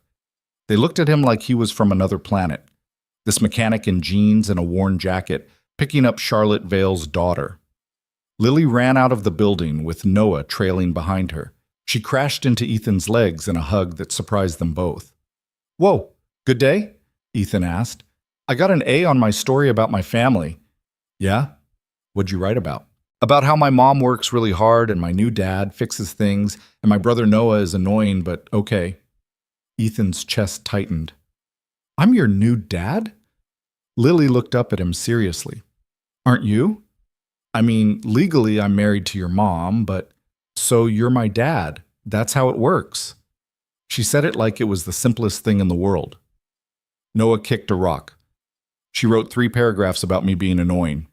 Because you are, Lily said cheerfully. Takes one to know one. They bickered all the way to the car. Ethan drove them home in a daze, Lily's words echoing in his head. My new dad. Like it was decided. Like it was real. Charlotte didn't get home until almost 9 p.m. Ethan had fed the kids, supervised homework, and gotten them both into pajamas. Lily had requested a story about Marcus, so Ethan told her about the time in high school when Marcus tried to impress a girl by juggling and ended up hitting himself in the face. Lily had laughed until she hiccuped. Now Charlotte stood in the kitchen doorway looking exhausted and defeated. How bad? Ethan asked. Jonathan's got 3 board members on his side. They're pushing for a vote next month on my leadership. If I lose, I'm out as CEO. Can that actually happen? If the board loses confidence, yes, it's in the company bylaws. Charlotte slumped into a chair. Everything Marcus built, everything I've fought for, Jonathan could take it all. What do you need? A miracle, or 3 more board votes. She rubbed her temples. I spent 8 hours in that meeting being questioned about every decision I've made for 2 years. My work schedule, my fitness as a mother, my sudden marriage. They implied I married you to look stable for the custody hearing. They're not wrong. I know, but it's different now, isn't it? She looked at him with vulnerable eyes. Tell me it's different. Ethan sat down across from her. Lily called me her new dad today. Charlotte went very still. What? At school pickup. She wrote a story about her family, said I was her new dad like it was obvious. What did you say? I didn't know what to say. We've never talked about... I didn't want to overstep. Charlotte's eyes filled with tears. She hasn't called anyone dad since Marcus died. She barely talks about him without crying, and she accepted you. I guess so. Is that okay? Okay, Ethan, that's... Charlotte's voice broke. That's everything. She's been so broken, so scared, and you made her feel safe enough to have a dad again. I didn't do anything special, just showed up. That's what makes it special. You just show up. Every day. For her, for Noah, for me. Charlotte reached across the table and took his hand. The board can question our marriage all they want. I don't care anymore, because this is real. Whatever we started as, this is real now. Yeah, it is. I love you, Charlotte said suddenly. I don't know when it happened or how it happened, but I do. I love you, and it terrifies me, but I can't keep pretending I don't. Ethan's heart stopped, then started again, faster. You love me? Is that so surprising? Kind of, yeah. 6 months ago, you were offering me money to fake marry you.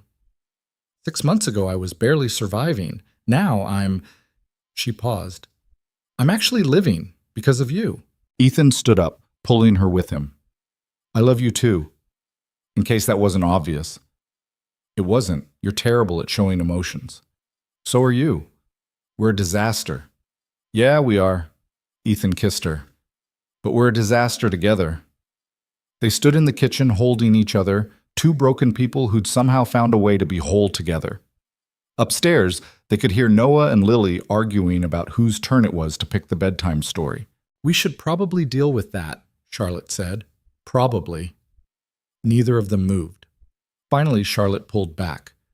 There's a company gala next week. Big donor event for charity. Press will be there. The board will be watching. You want me to come? I need you to come. As my husband. My real husband. Not the arrangement. Not the performance. Just us. I don't have anything to wear to a gala. We'll fix that. I'm good at fixing things now. Learned from an expert. Ethan laughed. You dropped a bolt in the engine and couldn't find it for an hour. Details. The gala was exactly as terrible as Ethan expected.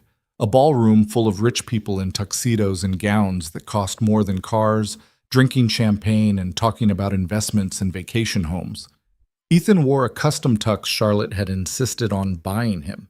You can't wear your funeral suit to a charity gala, Ethan, and felt like an actor playing a role he didn't understand. Charlotte, on the other hand, was in her element. She worked the room effortlessly, charming donors and deflecting questions about her leadership at Vail Logistics with practiced ease. But every few minutes, she'd find Ethan's eyes across the room and smile. A real smile, not the professional one she used for everyone else. Around 8 p.m., they ended up on the balcony escaping the noise. "How are you holding up?" Charlotte asked. "I've been to funerals that were more fun than this. It's almost over, another hour of mingling, and we can leave." "Your board members are staring at us."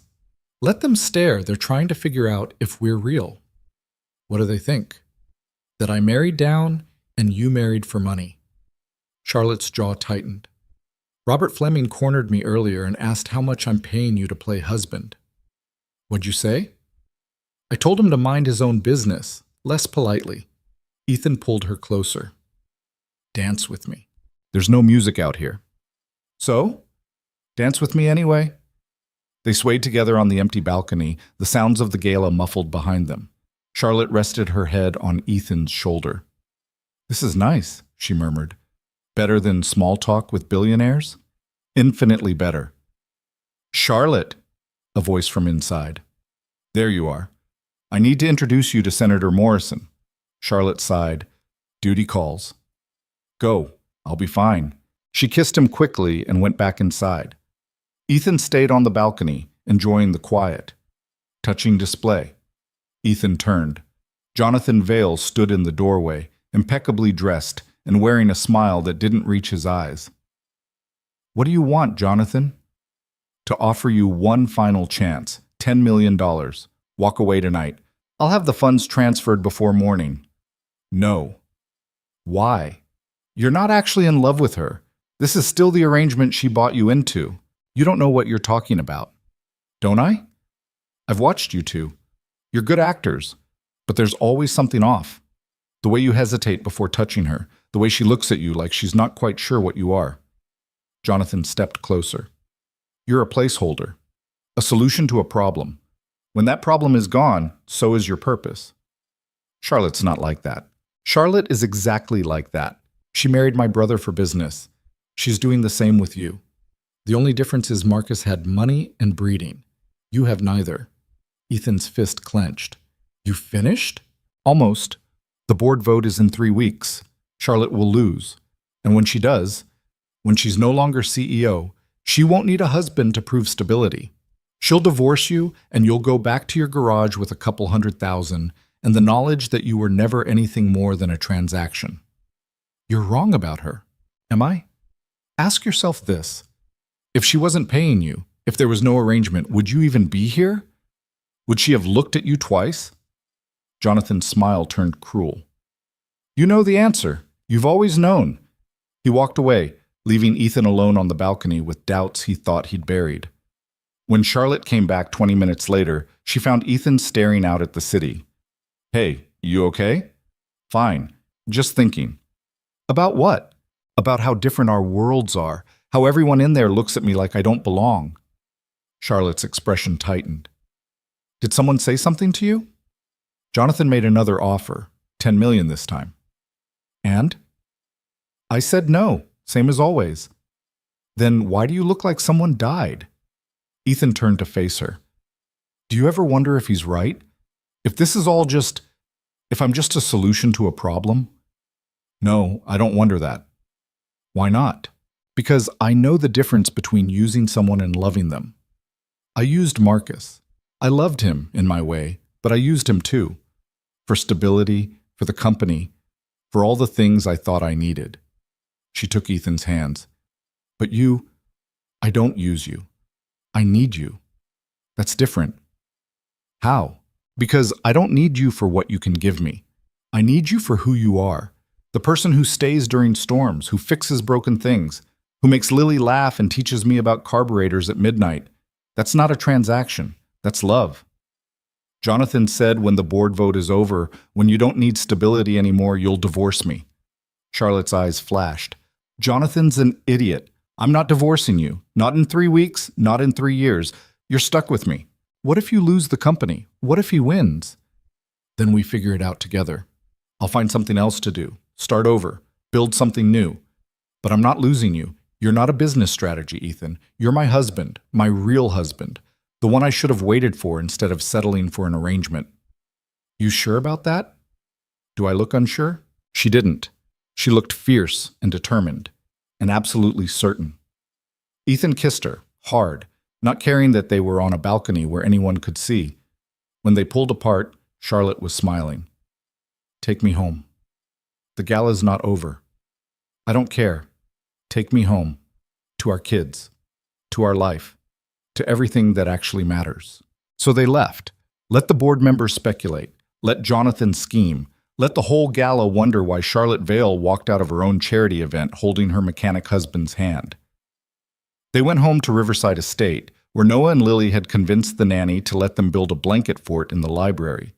The kids were inside with flashlights, reading comic books, and eating popcorn they weren't supposed to have this late. "You're home early," the nanny said, looking relieved. "They refused to go to bed until you got back." "It's fine. We'll take it from here," Charlotte said. After the nanny left, Charlotte kicked off her heels and Ethan loosened his tie. They stood in the library doorway watching their kids giggle inside a fort made of blankets and couch cushions. "Mom, Dad, come inside," Lily called. "There's no room," Charlotte said. "Yes, there is. We made it big on purpose." So Charlotte and Ethan crawled into the blanket fort, squeezing in beside two kids who immediately launched into an explanation of their fort's defensive capabilities against dinosaur attacks. "See? The flashlights are cannons," Noah explained. "And the pillows are shields," Lily added. "What about the popcorn?" Ethan asked. "That's ammunition, obviously." They stayed in the fort until both kids fell asleep. Noah sprawled across Ethan's lap, Lily curled against Charlotte's side. The adults looked at each other across the small space, both thinking the same thing. This was real. This family they'd accidentally built. This love that had snuck up on them disguised as a business arrangement. "We should probably move them to their beds," Charlotte whispered. "Probably." Neither of them moved. Outside the fort, the mansion was silent and expensive and empty. But inside, surrounded by blankets and flashlights and two sleeping children, Ethan and Charlotte had everything that actually mattered. And for the first time in longer than either could remember, that felt like enough.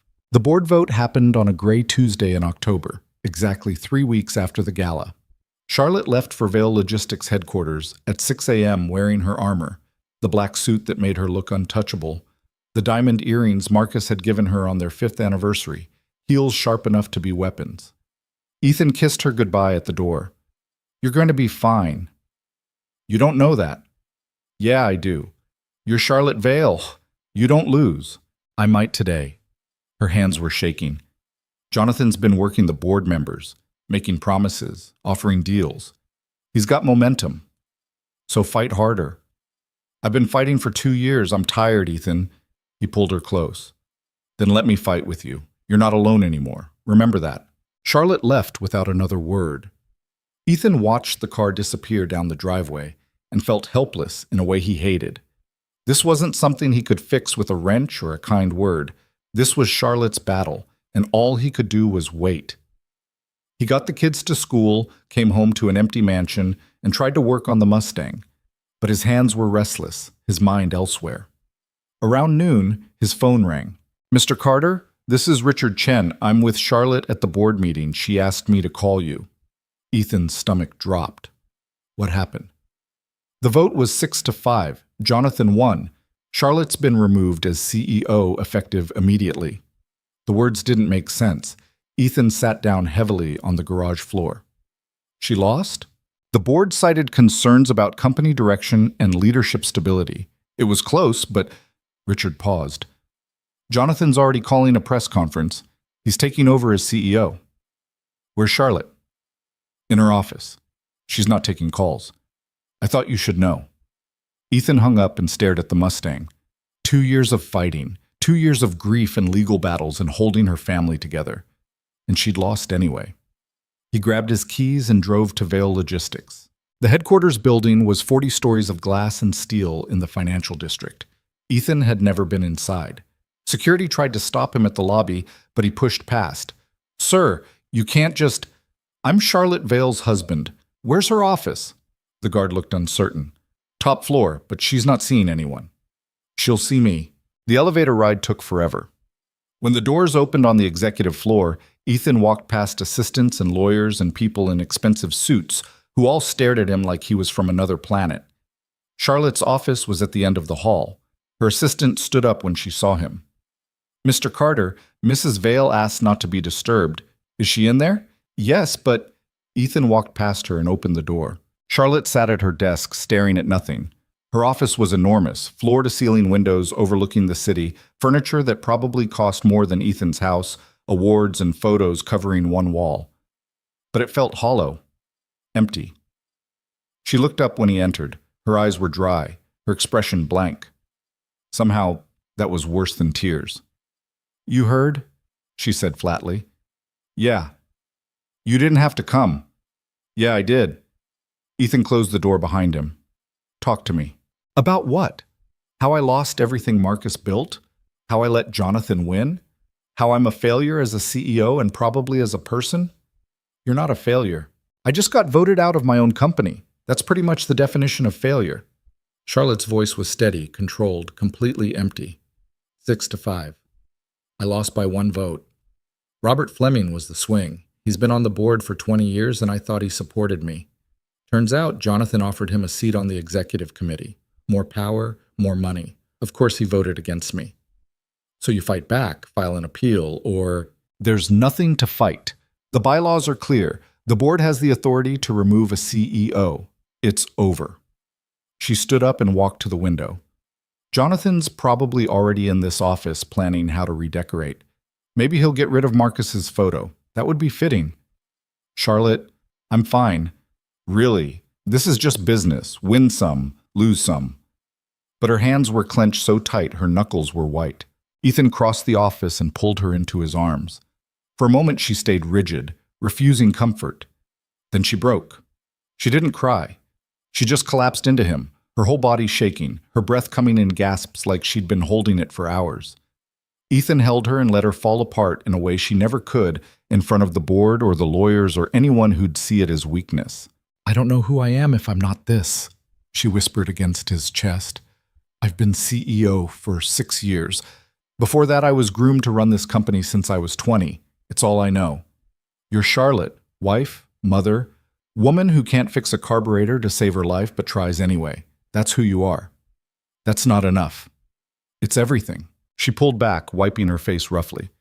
What am I supposed to do now? Go home and bake cookies? Join the PTA? I don't know how to be a person outside this office. So figure it out. You're smart. You'll find something. Like what?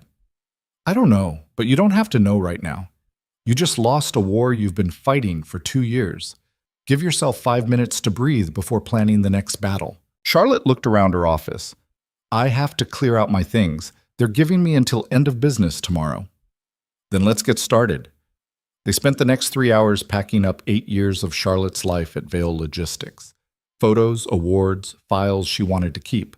Personal items that had accumulated without her noticing. Ethan worked quietly, giving her space to process. Around 4 p.m., Jonathan appeared in the doorway.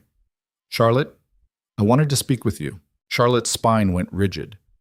Get out. This is still technically your office until tomorrow. I'm just here to discuss the transition. I said get out. There's no need to be hostile. This is just business. You understand that? Jonathan's smile was poisonous. I'll be making some changes, restructuring departments, replacing key personnel. Nothing personal. Everything you do is personal, Charlotte said coldly. This was never about the company. It was about revenge. Revenge for what? For you marrying a mechanic and making a mockery of my brother's memory? For turning his daughter into a case study in maternal negligence? Ethan stepped forward. Watch it. Or what? You'll threaten me? In front of witnesses? Jonathan gestured to the hallway where several people had gathered. You're out of your depth here, Mr. Carter. This is a world you'll never understand. Maybe. But I understand enough to know you're not doing this for the company. You're doing it because you're bitter that Marcus trusted Charlotte more than he ever trusted you. That he built something great and left it to her, not you. That he saw through your greed and cut you out. Jonathan's face went red. You know nothing about my brother. I know he was my friend. I know he hated what this company turned people into, and I know he'd be ashamed of what you've become. The words hung in the air like a slap. Jonathan's jaw worked, his fists clenched. For a second, Ethan thought he might actually swing. Instead, Jonathan smiled. Enjoy your time with Charlotte, Mr. Carter. I'm sure it'll last exactly as long as her money does. When she's no longer useful, you'll disappear like everyone else. He left. Charlotte sat down heavily. He's not entirely wrong. About what? About people leaving, about me being alone. She looked at Ethan. What happens now? We had an arrangement, 2 years, money in exchange for stability. But I don't need stability anymore. The custody battle's over. I'm not CEO. There's no reason for this marriage to continue. Ethan's chest tightened. Is that what you want? To end this? I don't know what I want. I just lost the only identity I've had for 20 years. I'm not thinking clearly. Then don't make decisions today. Just come home. Home, Charlotte repeated like the word was foreign. That mansion's never felt like home. So we make it one. Together. You, me, Noah, Lily. Actual family, not the performance we started with. Charlotte looked at him with exhausted, vulnerable eyes. You'd stay? Even though the arrangement is over? Even though I have nothing to offer you anymore? You have everything to offer. You're just too busy mourning what you lost to see it. They finished packing in silence. Ethan loaded boxes into Charlotte's car while she took one last look at her office. When she finally walked out, she didn't look back. The drive home was quiet. Charlotte stared out the window, watching the city give way to suburbs, then to the private road leading to Riverside Estate. When they pulled up to the mansion, both kids were waiting on the front steps. Lily ran to Charlotte. Mom, did you win? Charlotte knelt down to her daughter's level. No, sweetheart, I didn't win.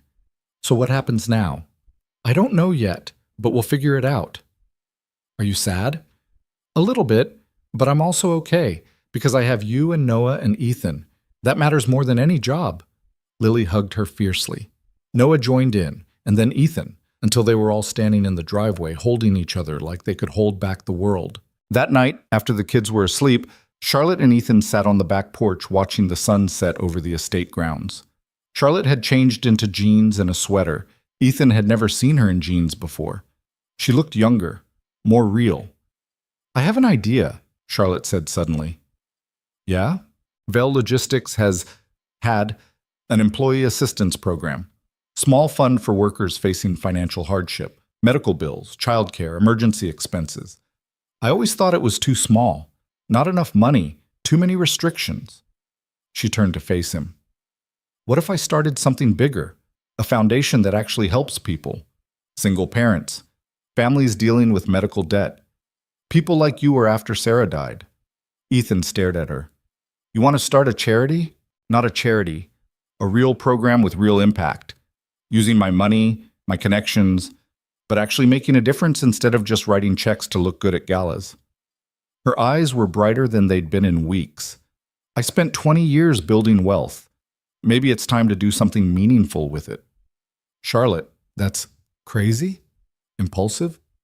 Perfect, that's perfect. She smiled, really smiled. I'd need help. Someone who understands what it's like to struggle. Someone who knows what families actually need instead of what rich people think they need. You asking me to help run a foundation?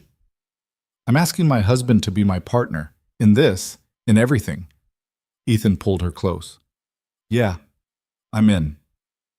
They sat in silence for a while, Charlotte's head on his shoulder, both of them watching stars appear in the darkening sky. I never thanked you, Charlotte said quietly. For what? For staying, for not taking Jonathan's money, for showing up every single day even when this was just a business arrangement, for making me believe love could be something other than a transaction. You don't have to thank me for that. Yes, I do, because you changed everything. You changed Lily. You changed this family. You changed me. She lifted her head to look at him. I love you. Not because you're useful or convenient, because you're you. The man who fixes broken things, who keeps promises, who sees people as people, not assets. I love you too. Even when you're terrible at carburetors, Charlotte laughed. I'm getting better. You dropped 3 bolts last week. Details. They kissed as the last light faded from the sky. Two people who'd started as strangers bound by desperation and become something neither had planned for. Something real. The foundation launched 6 months later. Charlotte called it the Marcus Vail Family Support Initiative, a name that honored her late husband while building something he would have actually approved of. They started small, helping 20 families with medical debt, then 50, then 100. Ethan worked alongside her, identifying families who needed help, vetting applications, making sure the money went where it was supposed to. It wasn't glamorous work. There were no board meetings or executive decisions, just real people with real problems getting real help. Charlotte was better at it than Ethan expected. She'd spent 20 years analyzing budgets and managing people. Turned out those skills translated well to running a foundation. But more than that, she cared. Not the performative caring of wealthy people at galas, but actual investment in the families they helped. Noah and Lily grew closer every day. They fought like siblings, protected each other like siblings, drove Ethan and Charlotte crazy like siblings. Somewhere along the way, the step part of their relationship had disappeared. They were just brother and sister. One Saturday afternoon in early spring, they all drove to a park for a picnic. Nothing fancy. Sandwiches Charlotte had made herself. Chips, fruit, juice boxes for the kids. They found a spot under an old oak tree, spread out a blanket, and pretended to be a normal family. "Can we get a dog?" Noah asked through a mouthful of sandwich. "No," Charlotte and Ethan said simultaneously. "Why not?" "Because you can barely remember to make your bed," Charlotte said. "A dog requires actual responsibility." "I'm responsible." "You lost your backpack 3 times this month." "That's different," Lily giggled. "You left it at school. How do you forget your backpack?" "It's easy. You just walk out and forget the giant bag on your back. Real easy." They bickered happily while Charlotte and Ethan watched. The Mustang was finally finished, parked in the driveway at home, gleaming midnight blue. Charlotte had insisted on taking it for a drive last week and nearly killed them both trying to work the clutch. But she'd laughed the whole time, and that was worth more than any smooth ride. "We're doing okay, aren't we?" Charlotte asked quietly. "Yeah, we are. I mean, really okay. Not just surviving, actually living." Ethan looked at his wife, his real wife, not the arrangement wife, and their kids arguing about dogs and backpacks under a tree. "We're better than okay. The foundation's going to need more funding soon. We're at capacity for applications. So we raise more money. You're good at that. I was good at running a company. Turns out I'm even better at this." Charlotte leaned against him. "Thank you." "For what?" "For showing me there's more to life than corner offices and board meetings. That wealth isn't about how much you have, it's about what you do with it. That family isn't about blood or arrangements, it's about who shows up." Before Ethan could respond, Noah called out, "Mom, watch this." Charlotte turned just as Noah attempted a cartwheel and face-planted into the grass. Lily doubled over laughing. Noah jumped up, grass-stained and grinning. "I meant to do that." "Sure you did," Lily said. Charlotte stood and walked over to her kids. "Let me show you how it's done." She kicked off her shoes and attempted a cartwheel. It was awful. Limbs everywhere, no coordination. She nearly fell over. But she was laughing. Actually laughing. The kids stared in shock. "Mom, that was terrible," Lily said. "Worse than mine," Noah added. "I'm aware. But I tried. That's the important part." She looked at Ethan, her hair messy, her expensive clothes grass-stained, her face lit up with genuine joy. And Ethan realized this was the woman Marcus had wanted him to find. Not the CEO, not the perfect billionaire widow, just Charlotte. Messy and imperfect, and finally learning how to be happy. That evening, after they got home and the kids had been sent to shower off the grass stains, Charlotte found Ethan in the garage. He was doing routine maintenance on the Mustang, making sure Marcus's car stayed in perfect condition. "I got an interesting call today," Charlotte said. "Yeah?" "From 3 of Vail Logistics board members, the ones who voted to keep me as CEO. They want to meet for coffee." Ethan looked up. "What for?" Apparently Jonathan's already destroying the company. He's made reckless decisions, alienated major clients, driven away key employees. They're talking about calling another vote to remove him. Charlotte's expression was complicated. "They want me to come back." What did you say? I said I'd think about it. Ethan set down his wrench. Do you want to go back? Charlotte was quiet for a long time. 6 months ago, I would have said yes immediately. That company was everything to me. Marcus's legacy, my identity, my purpose. She walked closer. But now, I don't know. The foundation is working. We're helping people. And I'm actually happy for the first time in years. Do I really want to go back to 80-hour weeks and board politics and fighting Jonathan for control? Only you can answer that. What do you think I should do? I think you should ask yourself what matters more. The company Marcus built or the life you're building. Both are important, but you can't do both well. Charlotte leaned against the Mustang. The foundation helped 18 families get out of debt this month. 18 families who can breathe easier because we showed up with resources and no strings attached. That feels more important than quarterly earnings reports. Then you have your answer. It's scary. Turning down a chance to run Vail Logistics again. That's walking away from billions in assets, from power, from everything I was raised to value. Is it? Or is it walking toward something better? Charlotte smiled. When did you get so wise? I've always been this wise. You were just too busy being a CEO to notice. She kissed him. I'm going to tell them no. I'm staying with the foundation, with our family, with this life we've built. You sure? Completely. For the first time in my life, I'm choosing what I want instead of what I'm supposed to want. That feels right. Ethan pulled her close. Marcus would be proud of you. Yeah, I think he would be. They stood in the garage surrounded by tools and the car that had brought them together, two people who'd found love in the strangest of places.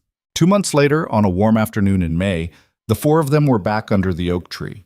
This time they'd brought a kite, Noah's idea. He and Lily were running across the field trying to get it airborne while Charlotte and Ethan watched from the blanket. They're terrible at this, Charlotte observed. Completely hopeless, Ethan agreed. The kite crashed for the 5th time. Both kids shouted in frustration, then immediately started arguing about whose fault it was. Should we help them? Charlotte asked. Probably, but it's kind of funny watching them figure it out. Charlotte laughed. We're terrible parents. The worst. Finally, miraculously, the kite caught wind. It soared up into the blue sky, red and yellow fabric bright against the clouds. Noah and Lily cheered, running with the string, both of them grinning like they'd accomplished something magnificent. Mom, Dad, look! Lily's voice carried across the field. Charlotte waved. We see it. It's flying, Noah yelled unnecessarily. Ethan watched his son and Charlotte's daughter, their kids both of them, celebrate a kite that was already starting to dip. In a minute it would crash again and they'd have to start over. But right now, in this moment, they were flying. Hey, Charlotte? Yeah? Do you ever regret it? The custody hearing, the arrangement, all of it? Charlotte looked at him seriously. Not for a second. Do you? No, but I'm still amazed it worked. That we worked. Me too. She took his hand. We were both so broken. I thought grief was something you just lived with. That happiness was something other people got. Not me. But you showed me different. You showed me that being broken doesn't mean being beyond repair. You did the same for me. I'd been going through the motions for years after Sarah died, just surviving. You taught me it's okay to actually live again. Noah came running over, out of breath. The kite crashed, but we're going to try again. Watch this time. He ran back to Lily, who was untangling string with intense concentration. Charlotte leaned her head on Ethan's shoulder. You know what's funny? When I first offered you that arrangement, I thought I was saving myself. Turns out you saved me. We saved each other. Yeah, we did. They watched their kids get the kite airborne again. This time it stayed up longer, dancing in the wind like it knew exactly what it was doing. Lily called out something Ethan couldn't hear, but Noah laughed in response. They looked happy, whole, like kids who'd survived grief and come out the other side still capable of joy. That night, after the kids were in bed, Ethan found Charlotte in the library. She was looking at photos on her phone, pictures from the picnic. Noah and Lily with the kite. The whole family under the tree. Candid shots that captured real moments, not posed perfection. I'm keeping these, she said, for when they're older, so they remember. Remember what? That we were happy, that we figured it out, That family doesn't have to look like everyone else's to be real. Ethan sat beside her. What we have, it started weird. A courthouse wedding, a fake arrangement, desperation and money, and survival. But somewhere along the way, it became the most real thing I've ever had. Same. I spent 8 years in a marriage built on mutual benefit. It was fine, comfortable. But this, Charlotte gestured around, encompassing the house and their kids and their life. This is what I didn't know I needed. Someone who stays, someone who shows up, someone who loves me not for what I can provide, but for who I am. You're pretty easy to love. Liar. I'm difficult and controlling and terrible at expressing emotions. Yeah, but you make up for it by being terrible at carburetors. Charlotte laughed. I've gotten better. You broke a wrench last week. I was testing its durability. You over-tightened a bolt until the wrench snapped. Details. They sat together in comfortable silence, the kind that only comes when two people have stopped performing and started just being. Finally, Charlotte spoke. Thank you for taking that meeting, for agreeing to marry me even though it was insane, for staying when you could have walked away with millions, for making this family real.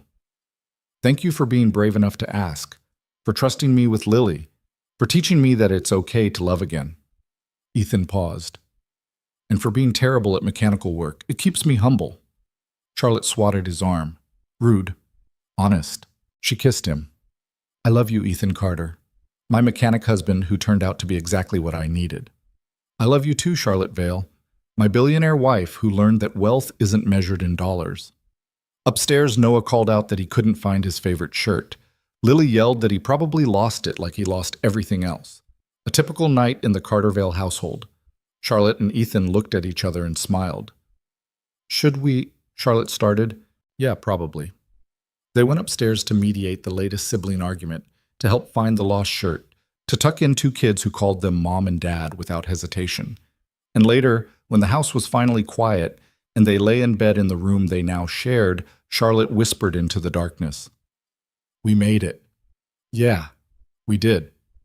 Against all odds, against Jonathan, against grief and loss and every reason this shouldn't have worked. Turns out love's pretty stubborn when you let it be. Charlotte turned to face him. Do you think Marcus knew when he asked you to protect us? Do you think he knew it would turn into this? I don't know. Maybe. Marcus was always 3 steps ahead. Ethan thought about his old friend, about the promise he'd made, about the video message that had shattered and rebuilt them both.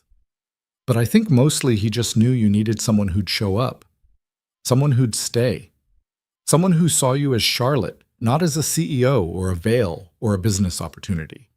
He was right about you. You are the most honest person I've ever known, the kindest, the most real. I'm just a mechanic who got lucky. You're so much more than that. You're the man who turned a fake marriage into a real family, who taught my daughter to laugh again, who showed me that wealth isn't about what you own, it's about who you love. Charlotte's voice cracked. You're everything I didn't know I was looking for. Ethan kissed her forehead. Get some sleep. Big day tomorrow. The foundation's got that presentation to potential donors. Will you come with me? Where else would I be? I don't know. Your garage, working on some broken thing. I fixed the most important broken thing already. What's that? Us. Charlotte fell asleep in his arms, her breathing evening out into the steady rhythm of someone who'd finally stopped running from grief and learned to live alongside it. Ethan stayed awake a while longer, thinking about the strange path that had brought them here. A courthouse wedding, a custody battle, a dead man's final request, 2 broken people trying to survive becoming 2 whole people learning to thrive. The arrangement had ended months ago. The 2 years were almost up, but nobody had mentioned it, because this wasn't an arrangement anymore. This was a marriage, a real one, built on trust and love and 2 kids who'd become siblings without anyone forcing it. This was family. And maybe that was the lesson in all of it. That family isn't about blood or money or perfect circumstances. It's about who stays when things get hard, who shows up when you're falling apart, who sees you at your worst and loves you anyway. Charlotte had needed stability and found love instead. Ethan had needed money and found purpose. Together, they'd built something neither had planned for but both desperately needed. A family. Messy and imperfect and absolutely real. In the room down the hall, Noah and Lily were asleep in their separate beds, Their rooms connected by a door they insisted stay open at night. Two kids who'd lost parents and found each other, who'd survived grief and come out the other side still believing in happiness.